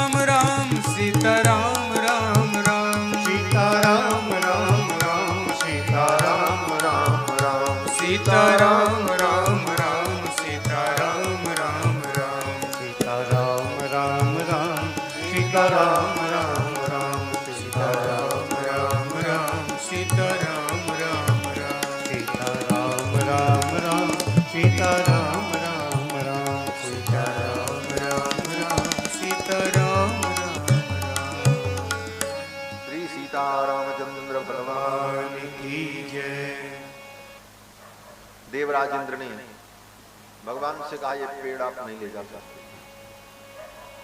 भगवान ने कहा कुछ दिन के लिए ले जाएंगे, जब लीला पूर्ण हो जाएगी तो ये पेड़ स्वर्ग में आ जाएगा।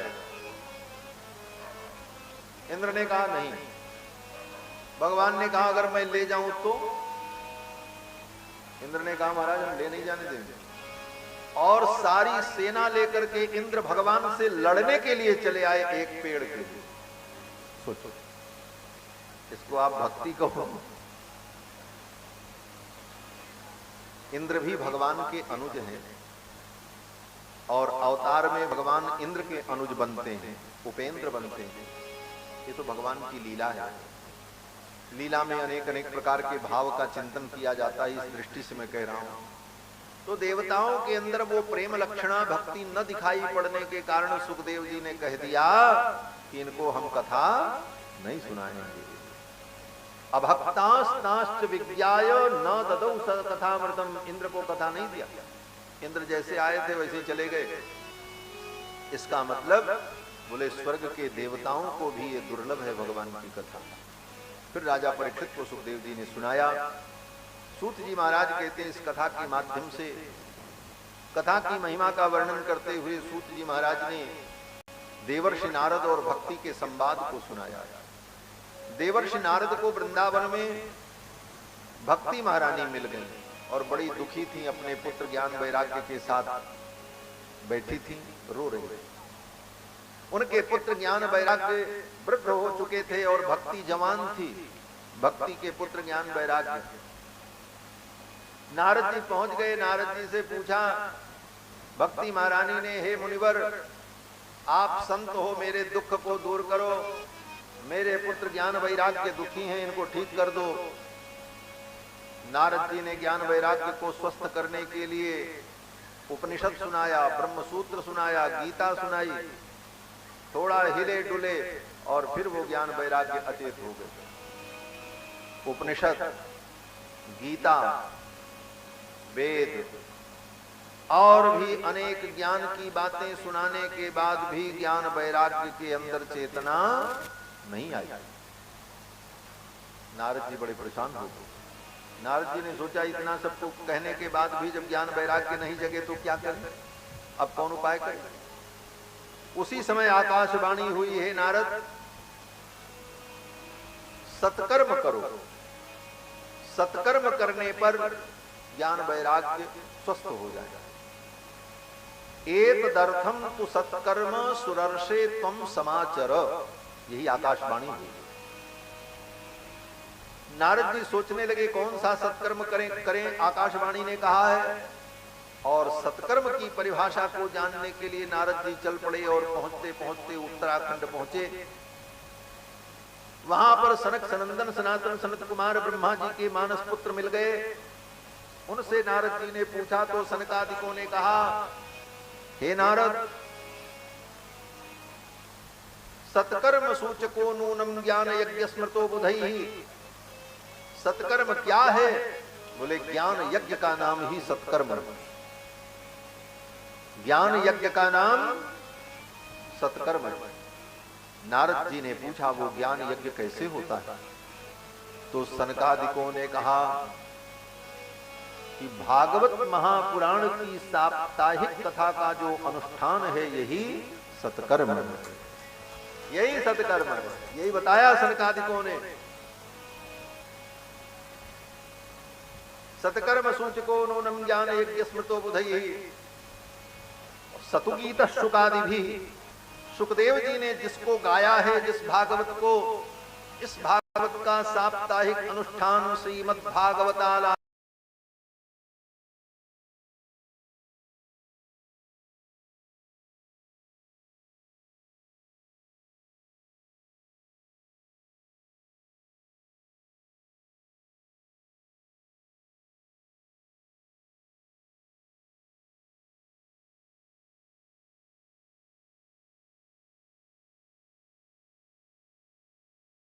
संगीतज्ञ के लोग बैठे किसी बात को खूब ऊंचे स्वर तक ले जाना, यही आलाप।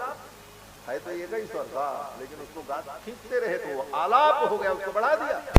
उसी प्रकार भागवत तो जो है इसी को बढ़ा देना, इसका विस्तार कर देना, यही आलाप है। श्रीमद् भागवत आलाप सतुगीत शुकादि भी, सुखदेव आदि महापुरुषों ने इसको जो गाया है यही सत्कर्म है। नारद जी ने कहा भागवत सत्कर्म है। बोले हाँ। बोले तो आप सुनाओ, ज्ञान वैराग्य ठीक हो जाए, भक्ति महारानी प्रसन्न हो जाए। सनकादिकों ने कहा चलो। बद्रीनाथ धाम से उतर करके आए हरिद्वार में, और हरिद्वार में गंगा के तट पर कथा का आयोजन हुआ। गंगा द्वार समीपे तू तटमानंद नामकम, आनंद नाम के तट पर हरिद्वार में कथा का आयोजन हुआ।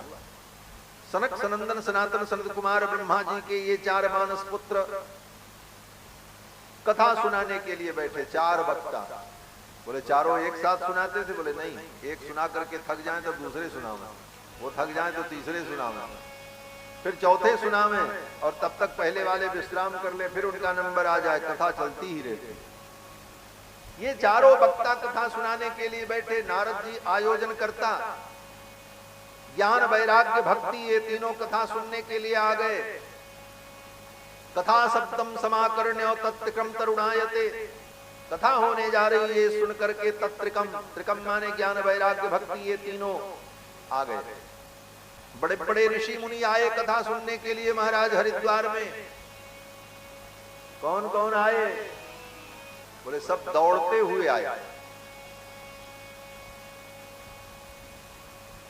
श्रीमद् भागवत पीयूष पानाय रसलंपटाह, जो श्रीमद् भागवत महापुराण की कथा सुनने के रस लंपट थे, वे सारे लंपट लोग, कथा लंपट लोग, ऐसे वैसे लंपट नहीं, रसलंपटाह, जो रसलंपट थे वो लोग, रस के लालची थे वो लोग आ गए।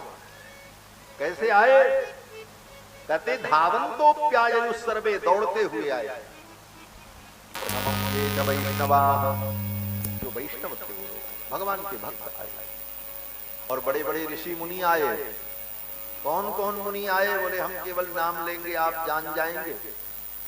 श्री सूत जी महाराज कहते हैं, भृगुर वसिष्ठश्च वनश्च गौतमो मेधातिथिर देवल देवरातौ।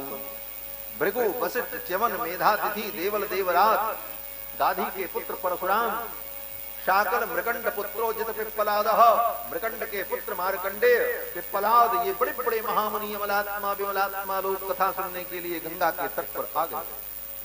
अपार भीड़ एकत्रित हुई, देवता आए, ऋषि आए, मुनि आए। यहां तक कि लिखा है सातों नदियां, वो सातों समुद्र मूर्तिमान होकर के स्वरूप धारण करके कथा सुनने के लिए आए हरिद्वार में। नदियां कथा सुनने के लिए आई। गंगा जमुना सरस्वती कावेरी कृष्ण वेणा तापी गोदावरी तुंगभद्रा सरयू कुटिला, जितनी नदियां थी सब नदियां मूर्तिमती देवी का रूप धारण करके कथा सुनने के लिए आ गया। नगाह, नग आए कथा सुनने के लिए। नग माने ये अंगूठी में पहनने वाला नग नहीं, नग माने पर्वत। पर्वत को कहते हैं नग। न गच्छतीति नगः, जो कहीं चलता नहीं है, एक जगह रहता है, इसलिए पर्वत को नग कहते। बड़े बड़े पर्वत आ गए महाराज, हिमालय, विंध्य, मैनाक, ये सब पर्वत देवता का रूप धारण करके कथा सुनने के लिए हरिद्वार में गंगा के तट पर आता। कुछ लोग नहीं आए। अब जो नहीं आए उनका नाम नहीं लिया।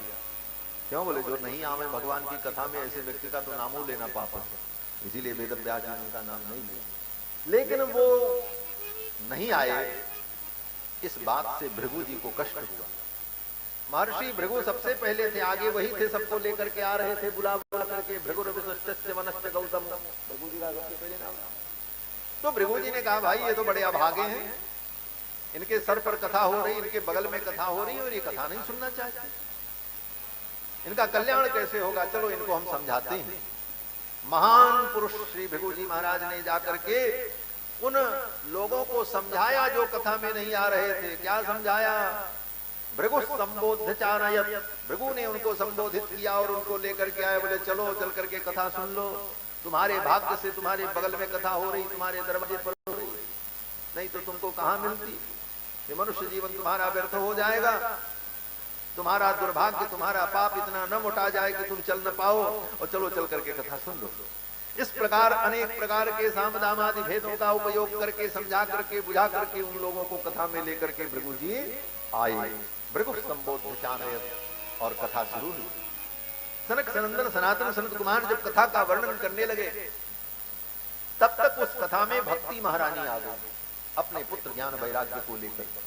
उन्हीं को स्वस्थ करने के लिए तो नारद जी ने इस कथा का आयोजन किया।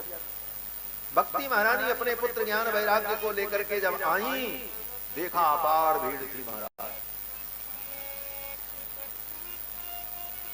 भक्ति महारानी अपने पुत्र ज्ञान वैराग्य को लेकर के आई और आकर के बीच सभा में खड़ी हो गई। बीच सभा में आकर के भक्ति महारानी खड़ी हो गई। कहां? बोले कथा चल रही थी। अब जैसे मान लो यहां कथा चल रही, अब कोई आकर के यहां खड़ा हो जाए बीचों बीच, तो यहां आएगा तो हमको भी दिखेगा कोई व्यक्ति आया, और आप लोग जो बैठे हैं सब देखेंगे। क्यों? बोले वो आप सबके बीच में आएगा। लेकिन भक्ति महारानी अपने पुत्र ज्ञान वैराग्य को लेकर के कथा के मध्य में आ गई, उनको किसी ने नहीं देखा। भक्ति सुतौ तौ तरुणौ गृहीत्वा प्रेमैक रूपा सहसा विरासी। प्रेम स्वरूपा भक्ति महारानी अपने पुत्र ज्ञान वैराग्य को लेकर सहसा बीच में आ गई। किधर से आई? किसी ने आते हुए उनको नहीं देखा। जब किसी ने नहीं देखा तो सब लोग आपस में बात करने लगे। कथम प्रविष्टा कथमागतेयम। कथम प्रविष्टा, ये कैसे प्रवेश की? कथमागतेयम, किस रास्ते से ये आई और हम लोगों ने देखा भी नहीं। बोले यहां पर दो बड़ा गंभीर भाव है। एक भाव श्रोता के पक्ष में है, एक भक्ति महारानी के पक्ष में है। श्रोताओं ने नहीं देखा भक्ति महारानी आकर के बीच में खड़ी रही। श्रोताओं के पक्ष में भाव क्या है? बोले श्रोताओं का मन, बुद्धि, चित्त और उनका मन, उनकी इंद्रियां कथा में इतनी तन्मय थी कि कौन आया कौन गया उनको पता ही नहीं चलता। यही होना चाहिए। आप कथा में बैठे हो, कौन आ रहा है कौन जा रहा है, कौन आपके बगल से गुजर गया आपको पता ही नहीं चले। क्यों? बोले आपका मन चित्त भगवान की कथा में लगा। ये कथा श्रोता के लिए उपदेश है। उन श्रोताओं ने नहीं देखा भक्ति महारानी किधर से आई, कैसे आई। कहते हैं कथम प्रविष्टा कथमागतेयम, ये तो श्रोताओं के पक्ष में एक अनुकरणीय गुण है। और भक्ति महारानी के लिए, भक्ति महारानी के पक्ष में क्या है? बोले कैसे आई, कहां से आई। बोले ये भक्ति महारानी की विशेषता है। भक्ति को कोई आते नहीं देखता है। भक्ति किधर से आएगी कैसे आएगी कोई जान नहीं सकता। भक्ति दिखती नहीं है, भक्ति बाजार में मिलती नहीं है, भक्ति को कोई पकड़ करके नहीं लाता है। आप भगवान की कथा सुनोगे, भगवान के चरित्र का चिंतन करोगे तो भक्ति महारानी स्वयं चल करके आपके हृदय में आ जाएंगी। आपको पता ही नहीं चलेगा कब भक्ति जीवन में आ गई, कब आपके जीवन में भक्ति आई आपको पता ही नहीं चलेगा। बस कथा सुनते रहो, धीरे से भक्ति महारानी आपके हृदय में आकर के बैठ जाएंगी, आपके जीवन में भक्ति का प्रवेश। कथम प्रविष्टा कथमागतेयम मध्ये मुनि नाम इति तर्कयन्ता। और भक्ति महारानी कहां आई? जना नाम मध्ये नहीं, स्त्री नाम मध्ये नहीं। स्त्रियों का समूह जहां बैठा था उनके बीच में नहीं आई, और जन समूह जो बैठा था उनके बीच में नहीं आई। लेकिन उस कथा में बैठने वाली जो स्त्रियां थी, जो पुरुष थे, वो कौन थे? बोले उनके लिए न स्त्री शब्द का प्रयोग किया, न पुरुष शब्द का प्रयोग किया, न जन शब्द का प्रयोग किया, एक शब्द का प्रयोग किया। क्या? बोले मुनि शब्द का प्रयोग किया। मध्य मुनि नाम, जबकि वहां केवल मुनि ही नहीं बैठे थे। उस कथा में आपने सुना वहां तो पर्वत भी बैठे थे, नदियां भी आई थी, देवता भी आए थे। लेकिन शब्द का प्रयोग क्या कर रहे हैं? बोले मुनि नाम। ये मुनि नाम शब्द केवल मुनियों के लिए नहीं है, अपितु उस कथा में जितने प्राणी बैठे थे सबके लिए। क्यों? बोले अन्वर्थ में। अन्वर्थ माने अपने शाब्दिक अर्थ के द्वारा, व्यापक अर्थ के द्वारा ये मुनि शब्द सबका संवाहक है। क्या अर्थ है? बोले मुनि का मतलब क्या होता है? बोले मननशील जो होता है उसको मुनि कहते हैं। मंतारो वेद शास्त्रार्थ तत्वावगंतारो मुनयः, जो मनन करते हैं उनको मुनि कहा जाता है। मुनि का मतलब मननशील। उस कथा में जितने लोग थे सब कथा का मनन कर रहे थे, इसलिए सब कौन थे? बोले सब मुनि थे। सब मुनि थे, चाहे वो स्त्री थी, चाहे पुरुष थे, चाहे बालक थे, सब मुनि ही थे। क्यों? बोले कथा का मनन कर रहे थे। मननात् मुनि, जो मनन करता है उसी को मुनि कहते हैं। ऋषि और मुनि में अंतर होता है। लोग समझते हैं ऋषि मुनि एक ही है, ऋषि कोई नहीं हो सकता। ऋषि जितने हैं उतने ही रहेंगे, उससे ज्यादा नहीं होंगे। ये तो आजकल के बड़े तथाकथित बुद्धिमान लोग और दंभी लोग अपने नाम के आगे ऋषि लगा लेते हैं। योग ऋषि तो फलाने ऋषि, धमाके ऋषि, योग ऋषि, ब्रह्म ऋषि, पता नहीं क्या क्या। लेकिन ऋषि कोई नहीं हो सकता। जो ऋषि हैं वही ऋषि रहेंगे। विश्वामित्र, जमदग्नि, भरद्वाज, गौतम, अत्रि, वशिष्ठ, जाबाली, हारीत, मार्कंडेय, उसके अलावा कोई ऋषि नहीं हो सकता। ऋषियों की एक निश्चित संख्या है, और ऋषि जो होते हैं वो न ब्राह्मण होते हैं, न क्षत्रिय हैं, न वैश्य हैं, न शूद्र हैं। ऋषि जो हैं वो देवता भी नहीं है। ऋषि राक्षस, यक्ष, किन्नर नहीं है, वो एक अलग व्यक्तित्व ही है ऋषि। इसीलिए ऋषियों को वर्ण धर्म से ऊपर माना गया। इसीलिए ऋषियों के लिए वर्ण धर्म लागू नहीं होता। ऋषियों से उत्पन्न होने वाले आगे की संतानों में वर्ण धर्म लागू होता। इसीलिए ऋषि में और मानव में अंतर है। ऋषि जो थे वो मानव नहीं, ऋषियों को मानव नहीं स्वीकार किया गया, इसलिए मानवीय धर्म उनमें नहीं होता। मानवीय धर्म की उनमें अनिवार्यता नहीं होती। इसीलिए ऋषियों के जीवन में वर्णाश्रम धर्म और मानवीय धर्म से भिन्न आचरण होने पर भी उनकी महत्ता और उनकी विशेषता घटित नहीं होती, घटती नहीं। लोग कहते महाराज फलाने ऋषि ने तो ऐसा किया, फलाने ऋषि ने ऐसा कर डाला। बोले वो तुम्हारे जैसे मनुष्य नहीं है। ये सारे संविधान मनुष्यों के लिए बने हुए वे ऋषि उस संविधान से परे, वो दिव्य हैं। वो सृष्टि की व्यवस्था को व्यवस्थित करने के लिए एक अलग व्यवस्था है परमात्मा की। इसलिए ऋषियों को हमारे यहां मनुष्य नहीं माना जाता, मनुष्य से भिन्न ऋषि को माना जाता है। नम आचार्येभ्यो नम ऋषिभ्यो नमो देवेभ्यो नमो वायवेभ्यो इत्यादि मंत्रों में देवता को, मनुष्य को, ऋषि को और अन्य जातियों को भिन्न भिन्न माना। ऋषि एक अलग प्रजाति है, उनको ऋषि कहते हैं। और उन ऋषियों का काम क्या है? बोले ऋषियों का केवल एक काम है, ऋषयो मंत्र द्रष्टारः। जितने ऋषि हुए हैं वे ऋषि मंत्र के दृष्टा हैं। उन्होंने वेद मंत्र का साक्षात्कार किया है, और वेद मंत्र का साक्षात्कार करने के लिए ऋषियों को भगवान प्रकट करते हैं। उन्हीं के द्वारा वेद का साक्षात्कार होता है, फिर वो अपने शिष्यों को पढ़ा देते हैं। फिर धीरे धीरे मनुष्यों में वो वेद मंत्र की परंपरा चल पड़ती है, आती वहीं से। इसीलिए बहुत से ऐसे ऋषि हैं जो मनुष्य के आकार में भी हैं और पशु के आकार में भी हैं। इसीलिए वेदों को जब आप पढ़ोगे तो बहुत से ऐसे मंत्र हैं जिन मंत्रों के दृष्टा मछलियां हैं। उन मछलियों ने मंत्र का साक्षात्कार किया। वो कौन थी मछलियां? बोले वो ऋषि थी। वेदों में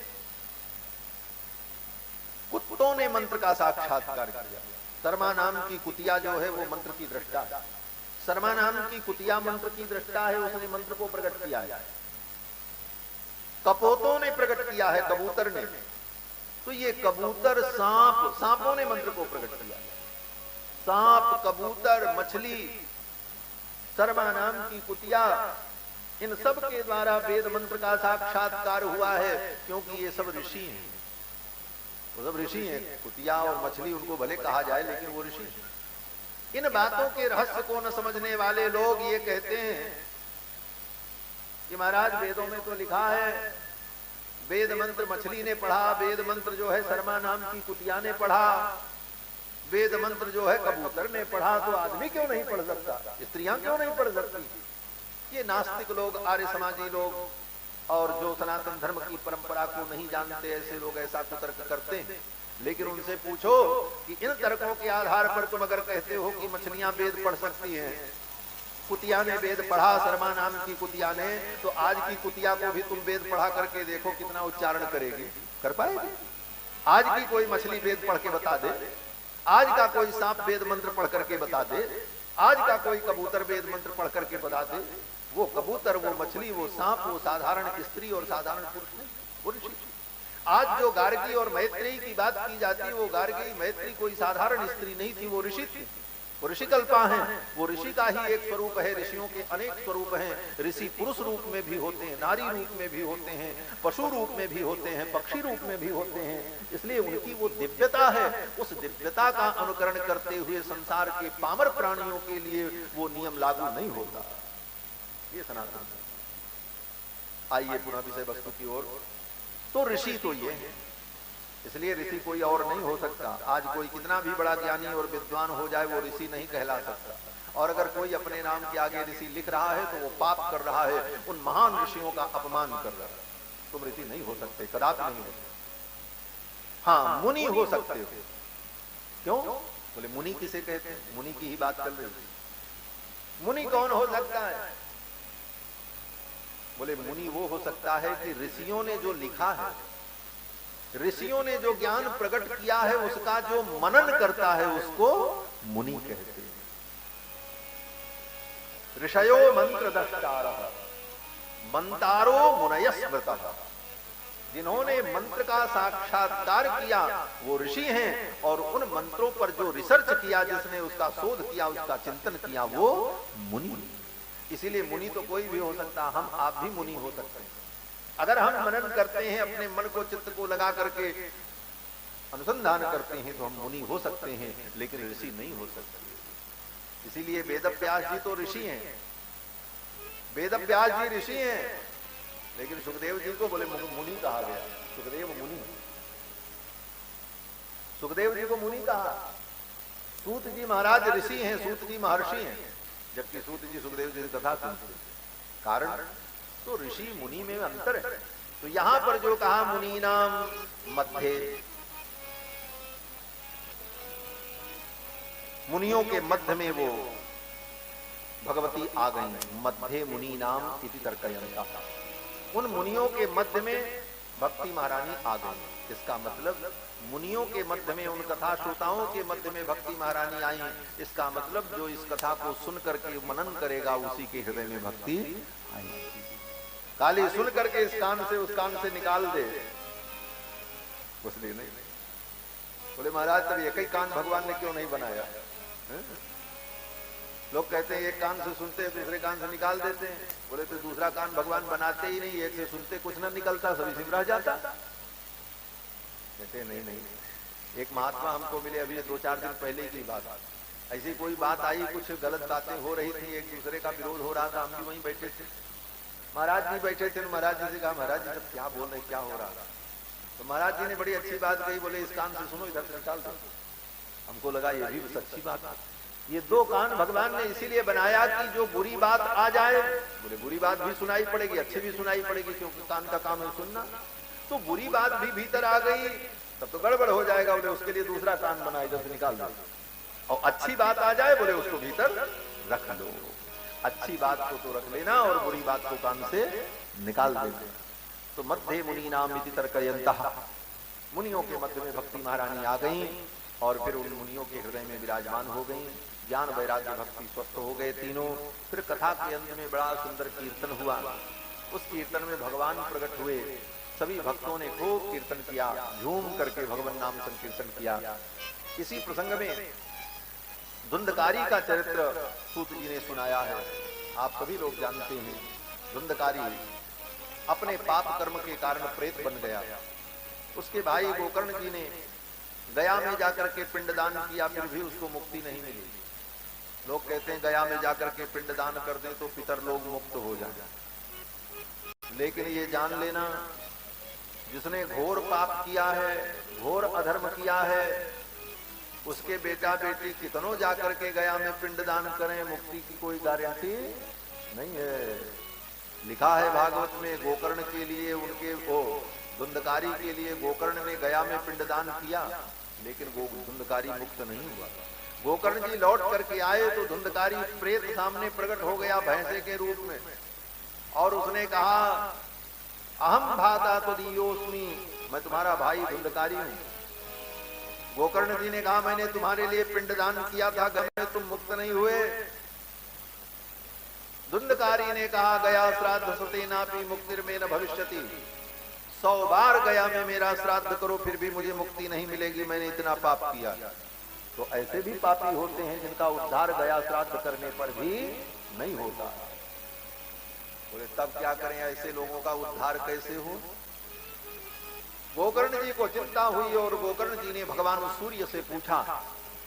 भुवन भास्कर मरीचिमाली भगवान सूर्य नारायण ने कहा 7 दिन की श्रीमद् भागवत साप्ताहिक कथा का अनुष्ठान करो और साप्ताहिक कथा श्रवण से धुंधकारी प्रेत को मुक्ति की प्राप्ति हो जाएगी। ये कथा प्रेत पीड़ा विनाशिनी, प्रेत पीड़ा का विनाश करने वाली है। गया श्राद्ध करने पर भी जिसकी मुक्ति न हो, ऐसे प्राणियों की मुक्ति भागवत कथा श्रवण करने से हो।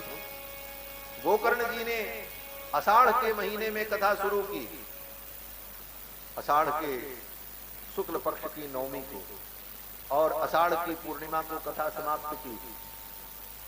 7 दिन कथा सुनाई, धुंधकारी प्रेत योनि से मुक्त हो गए।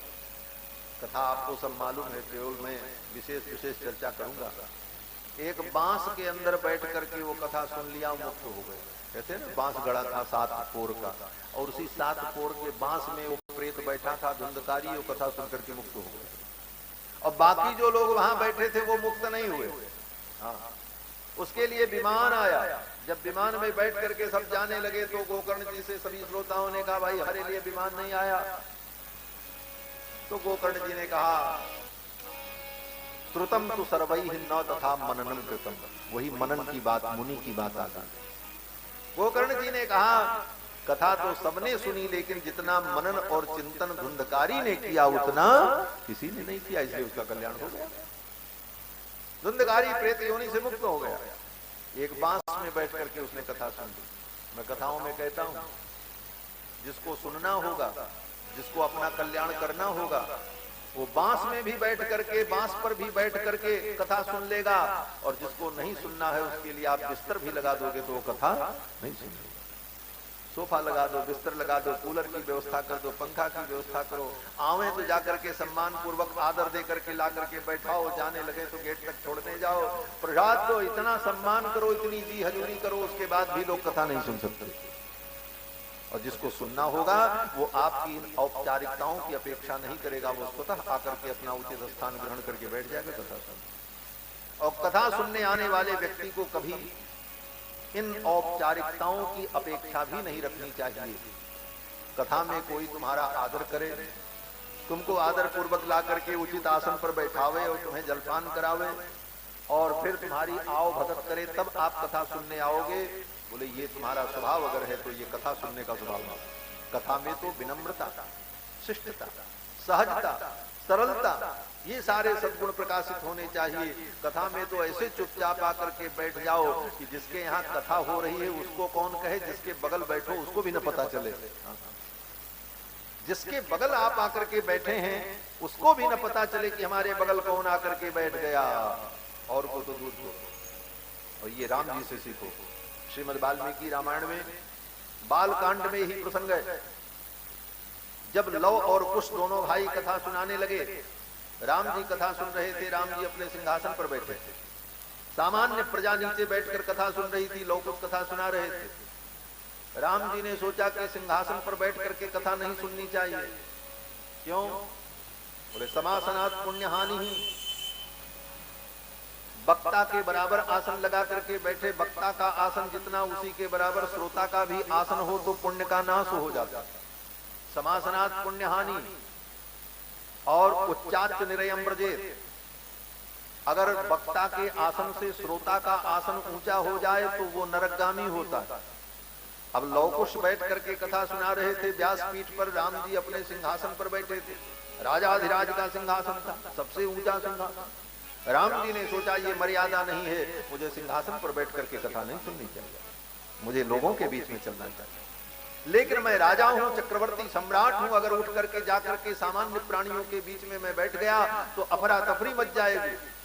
आप सोचो आपके यहाँ कथा होती रहे और मुख्यमंत्री, राज्यपाल, प्रधानमंत्री, राष्ट्रपति जैसे वीवीआईपी कोई व्यक्ति आ जाए और अचानक आकर के बीच में बैठ जाए धम्म से, तो क्या होगा? सब चौंक जाएंगे, अरे ऐसा कैसे हुआ, क्या हुआ? सब इधर उधर कानाफूसी, सबका ध्यान कथा से हट जाए। राम जी ने सोचा मैं अगर उठ करके सभा के मध्य में जाऊं और साधारण लोगों के बीच में बैठ जाऊं तो कहीं लोगों का मन मेरे में लग गया, मेरे तरफ सबका ध्यान चला गया तो कथा से उनका ध्यान टूट जाएगा। तब क्या करें? तब राम जी ने युक्ति निकाली। क्या युक्ति निकाली? बोले राम जी अपने सिंहासन से उतरे। और कब उतरे? बोले देखा जब सब लोग अपनी कथा सुनने में मस्त हो गए, सबका मन कथा में लग गया, तो राम जी धीरे से अपने सिंहासन से उतरे और इतने धीरे से उतर करके इतने धीरे से गए और जाकर के साधारण लोगों के बीच में बैठ गए, जिसके बगल बैठे उसको भी पता नहीं चला। वाल्मीकि रामायण पढ़ लेना। महर्षि वाल्मीकि लिखते हैं कि सचापि राम परिषद गतः सनैहि। सचापि राम, यहां अपि शब्द का प्रयोग किया। बोले राम जी भी, अपि का अर्थ होता है भी। जो संस्कृत पढ़े होंगे थोड़ा बहुत उनको मालूम होगा, अपि माने भी। सचापि राम, राम जी भी, अर्थात इतने बड़े सम्राट होकर के भी उन्होंने कथा की मर्यादा के अनुकूल काम किया। और आज के राजा महाराजा अंतरी मंत्री किस खेत की मूली है भाई? तुम अपना प्रोटोकॉल क्यों दिखाते हो? कथा में आओ तो फिर कथा के रूप में आओ, कथा में उसी भाव से आओ। वहां सारा प्रोटोकॉल फॉलो करोगे तो तुम कथा बिगाड़ोगे, कथा सुनने नहीं आओगे, न सुनोगे न किसी को सुनने दोगे। हाँ, तुम्हारे आने से लोगों की कथा बिगड़ेगी, सुनने वाले श्रोताओं का मन भी विचलित होगा। इतने बड़े राम जी, इसीलिए अपि शब्द का प्रयोग किया। इस अपि के ऊपर व्याख्या की जाए तो बहुत बड़ी बात, बहुत सारी बातें। सचापि राम, सचापि राम, वो राम जी, वो राम जी भी। बोले कौन राम जी? बोले जिन राम जी का दर्शन करने के लिए देवता पंक्तिबद्ध खड़े रहते, मौका नहीं मिलता, वो राम जी। विश्व के अनेक राजा महाराजा जिनके चरण पीठ को अपने मुकुट से रगड़ करके अपने को धन्य अनुभव करते हैं, वो राम जी। सचापि राम, वो राम जी। तुम क्या हो? इसलिए, लेकिन ये राम जी ने कब किया? अपने पद प्रतिष्ठा, अपना चक्रवर्ती सम्राट का पद, वो उपाधि, उसको सब उसी सिंहासन पर छोड़कर सचापि राम परिषद गतः सनैहि, धीरे से उतर करके सनैहि परिषद गतः, लोगों के बीच में चले गए। और सचापि राम परिषद गतः सनैहि बुभूषयासक्त मना बभूव, और दत्त चित्त होकर के कथा श्रवण करने लगे। किसी को पता ही नहीं चला कि राम जी कब आकर के अपनी उपाधि, अपना पद, अपनी महिमा को अपने सिंहासन पर ही छोड़ दिया और राम जी आकर के धीरे से बैठे। तो कथा में इतने धीरे से आवे, आकर के बैठ जाए, किसी को पता ही नहीं चलता राम जी आए, किसी को नहीं पता था। इसीलिए संत जन कहते हैं कथा में आओ तो अपनी उपाधि और अपनी व्याधि और अपनी आधि सब छोड़ करके आओ। आधि व्याधि उपाधि सब छोड़ करके यहाँ आओ। क्यों? बोले यहाँ तो समाधि में बैठना, यहाँ तो समाधित होना है, अपने मन को समाहित करना। इसलिए उपाधियों को छोड़ करके, उपाधियों का बोझ लेकर के आओगे, हम डॉक्टर हैं, हम कमिश्नर हैं, हम प्रोफेसर हैं, बोले ये उपाधि तुम अपने सिर पर रख करके आओगे, कथा तुम्हारे हृदय में नहीं जाएगी, सिर से उड़ जाएगी। तो बोले सिर पर उपाधि बैठी हो तो उड़ा देगी। सिर पर बैठी हुई तुम्हारी प्रोफेसर की उपाधि कहेगी हम प्रोफेसर हैं, हम कथा सुने।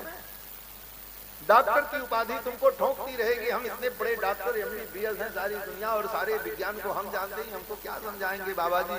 वो कथा तुम्हारी उड़ जाएगी सिर से। वो सारी उपाधियों का अभिमान वहीं छोड़ करके जब कथा में व्यक्ति आता है, तभी उसे कथा उसके हृदय में। महाराज, ये बहुत बड़ी साधना है।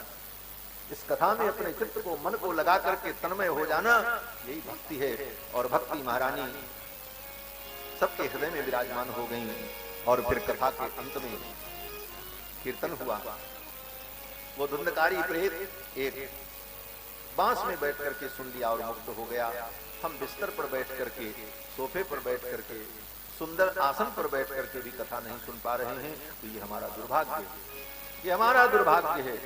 वस्तु की कमी नहीं है, हम उसके पात्र नहीं बन पाए, हमारे अंदर वो पात्रता नहीं आता। इसके बाद वर्णन आता है कि कथा के अंत में सनक सनंदन सनातन सनत कुमार ने कीर्तन किया, सभी भक्तों ने कीर्तन किया। उस कीर्तन में भगवान प्रकट हुए, भगवान ने दर्शन दिया। भगवान ने कहा तुम्हारी इस भक्ति से, तुम्हारे इस संकीर्तन से हम प्रसन्न हैं, वरदान मांगो, क्या चाहते हैं? तो सनकादिकों ने, देवर्षि नारद ने और भी जितने भक्त वहां पर थे, उन सभी भक्तों ने भगवान से एक ही वरदान मांगा। क्या मांगा? बोले हे प्रभु, जैसे आज आप हमारी कथा में आ गए, हमारे कीर्तन में आ गए, हमारे ऊपर आपने कृपा की, ये आपका जो स्वभाव है, ये स्वभाव आपका ऐसे ही बना रहे। जो भक्त प्रेम से आपका कीर्तन करें, आपका नाम ले, आपकी कथा सुने, उनके ऊपर भी इसी प्रकार आप कृपा करते रहना। यही वरदान मांगा, यही वरदान मांगा उन भक्तों ने। इसलिए आज भी ये अनुभव किया जाता है कि जहां भगवान की कथा होती है, जहां भगवान का कीर्तन होता है, वहां ठाकुर जी जरूर किसी न किसी रूप में आकर के अपने भक्तों के ऊपर अपनी कृपा की वर्षा करते हैं। तो बस आज इतना ही कह करके वाणी को विराम देते हैं। शेष चर्चा कल के सत्र में करेंगे और कल के सत्र का प्रारंभ 2 बजे से, तो शेष बात कल की कथा में करेंगे। आज तो इतना ही। अब भगवान नाम संकीर्तन कर लें। जय जय राधा रमण हरि आना मदन गोपाल हमारे हरि कीर्तन में, आना मदन गोपाल हमारे हरि कीर्तन में, आना मदन गोपाल हमारे हरि कीर्तन में, आना मदन गोपाल हमारे हरि कीर्तन में, कीर्तन में हरि कीर्तन में, कीर्तन में हरि कीर्तन में, आना मदन गोपाल हमारे हरि कीर्तन में, आना मदन गोपाल हमारे हरि कीर्तन में। आप भी आना संग में राधा जी को लाना, आप भी आना संग में राधा जी को लाना, आप भी आना संग में राधा जी को लाना, आप भी आना संग में राधा जी को लाना, आकर रास रचाना हमारे हरि कीर्तन में, आकर रास रचाना हमारे हरि कीर्तन में, आना मदन गोपाल हमारे हरि कीर्तन में, आना मदन गोपाल हमारे हरि कीर्तन में। आप भी आना संग में गोपियों को लाना, आप भी आना संग में गोपियों को लाना, आप भी आना संग में गोपियों को लाना, आप भी आना संग में गोपियों को लाना, आकर बंसी बजाना हमारे हरि कीर्तन में, आकर बंसी बजाना हमारे हरि कीर्तन में, आना मदन गोपाल हमारे हरि कीर्तन में, आना मदन गोपाल हमारे हरि कीर्तन में। आप भी आना संग में ग्वालों को लाना, आप भी आना संग में ग्वालों को लाना, आप भी आना संग में ग्वालों को लाना, आप भी आना संग में ग्वालों को लाना, आकर माखन चुराना, आकर माखन चुराना हमारे हरि कीर्तन में, आकर माखन चुराना हमारे हरि कीर्तन में, आना मदन गोपाल हमारे हरि कीर्तन में, आना मदन गोपाल हमारे हरि कीर्तन में।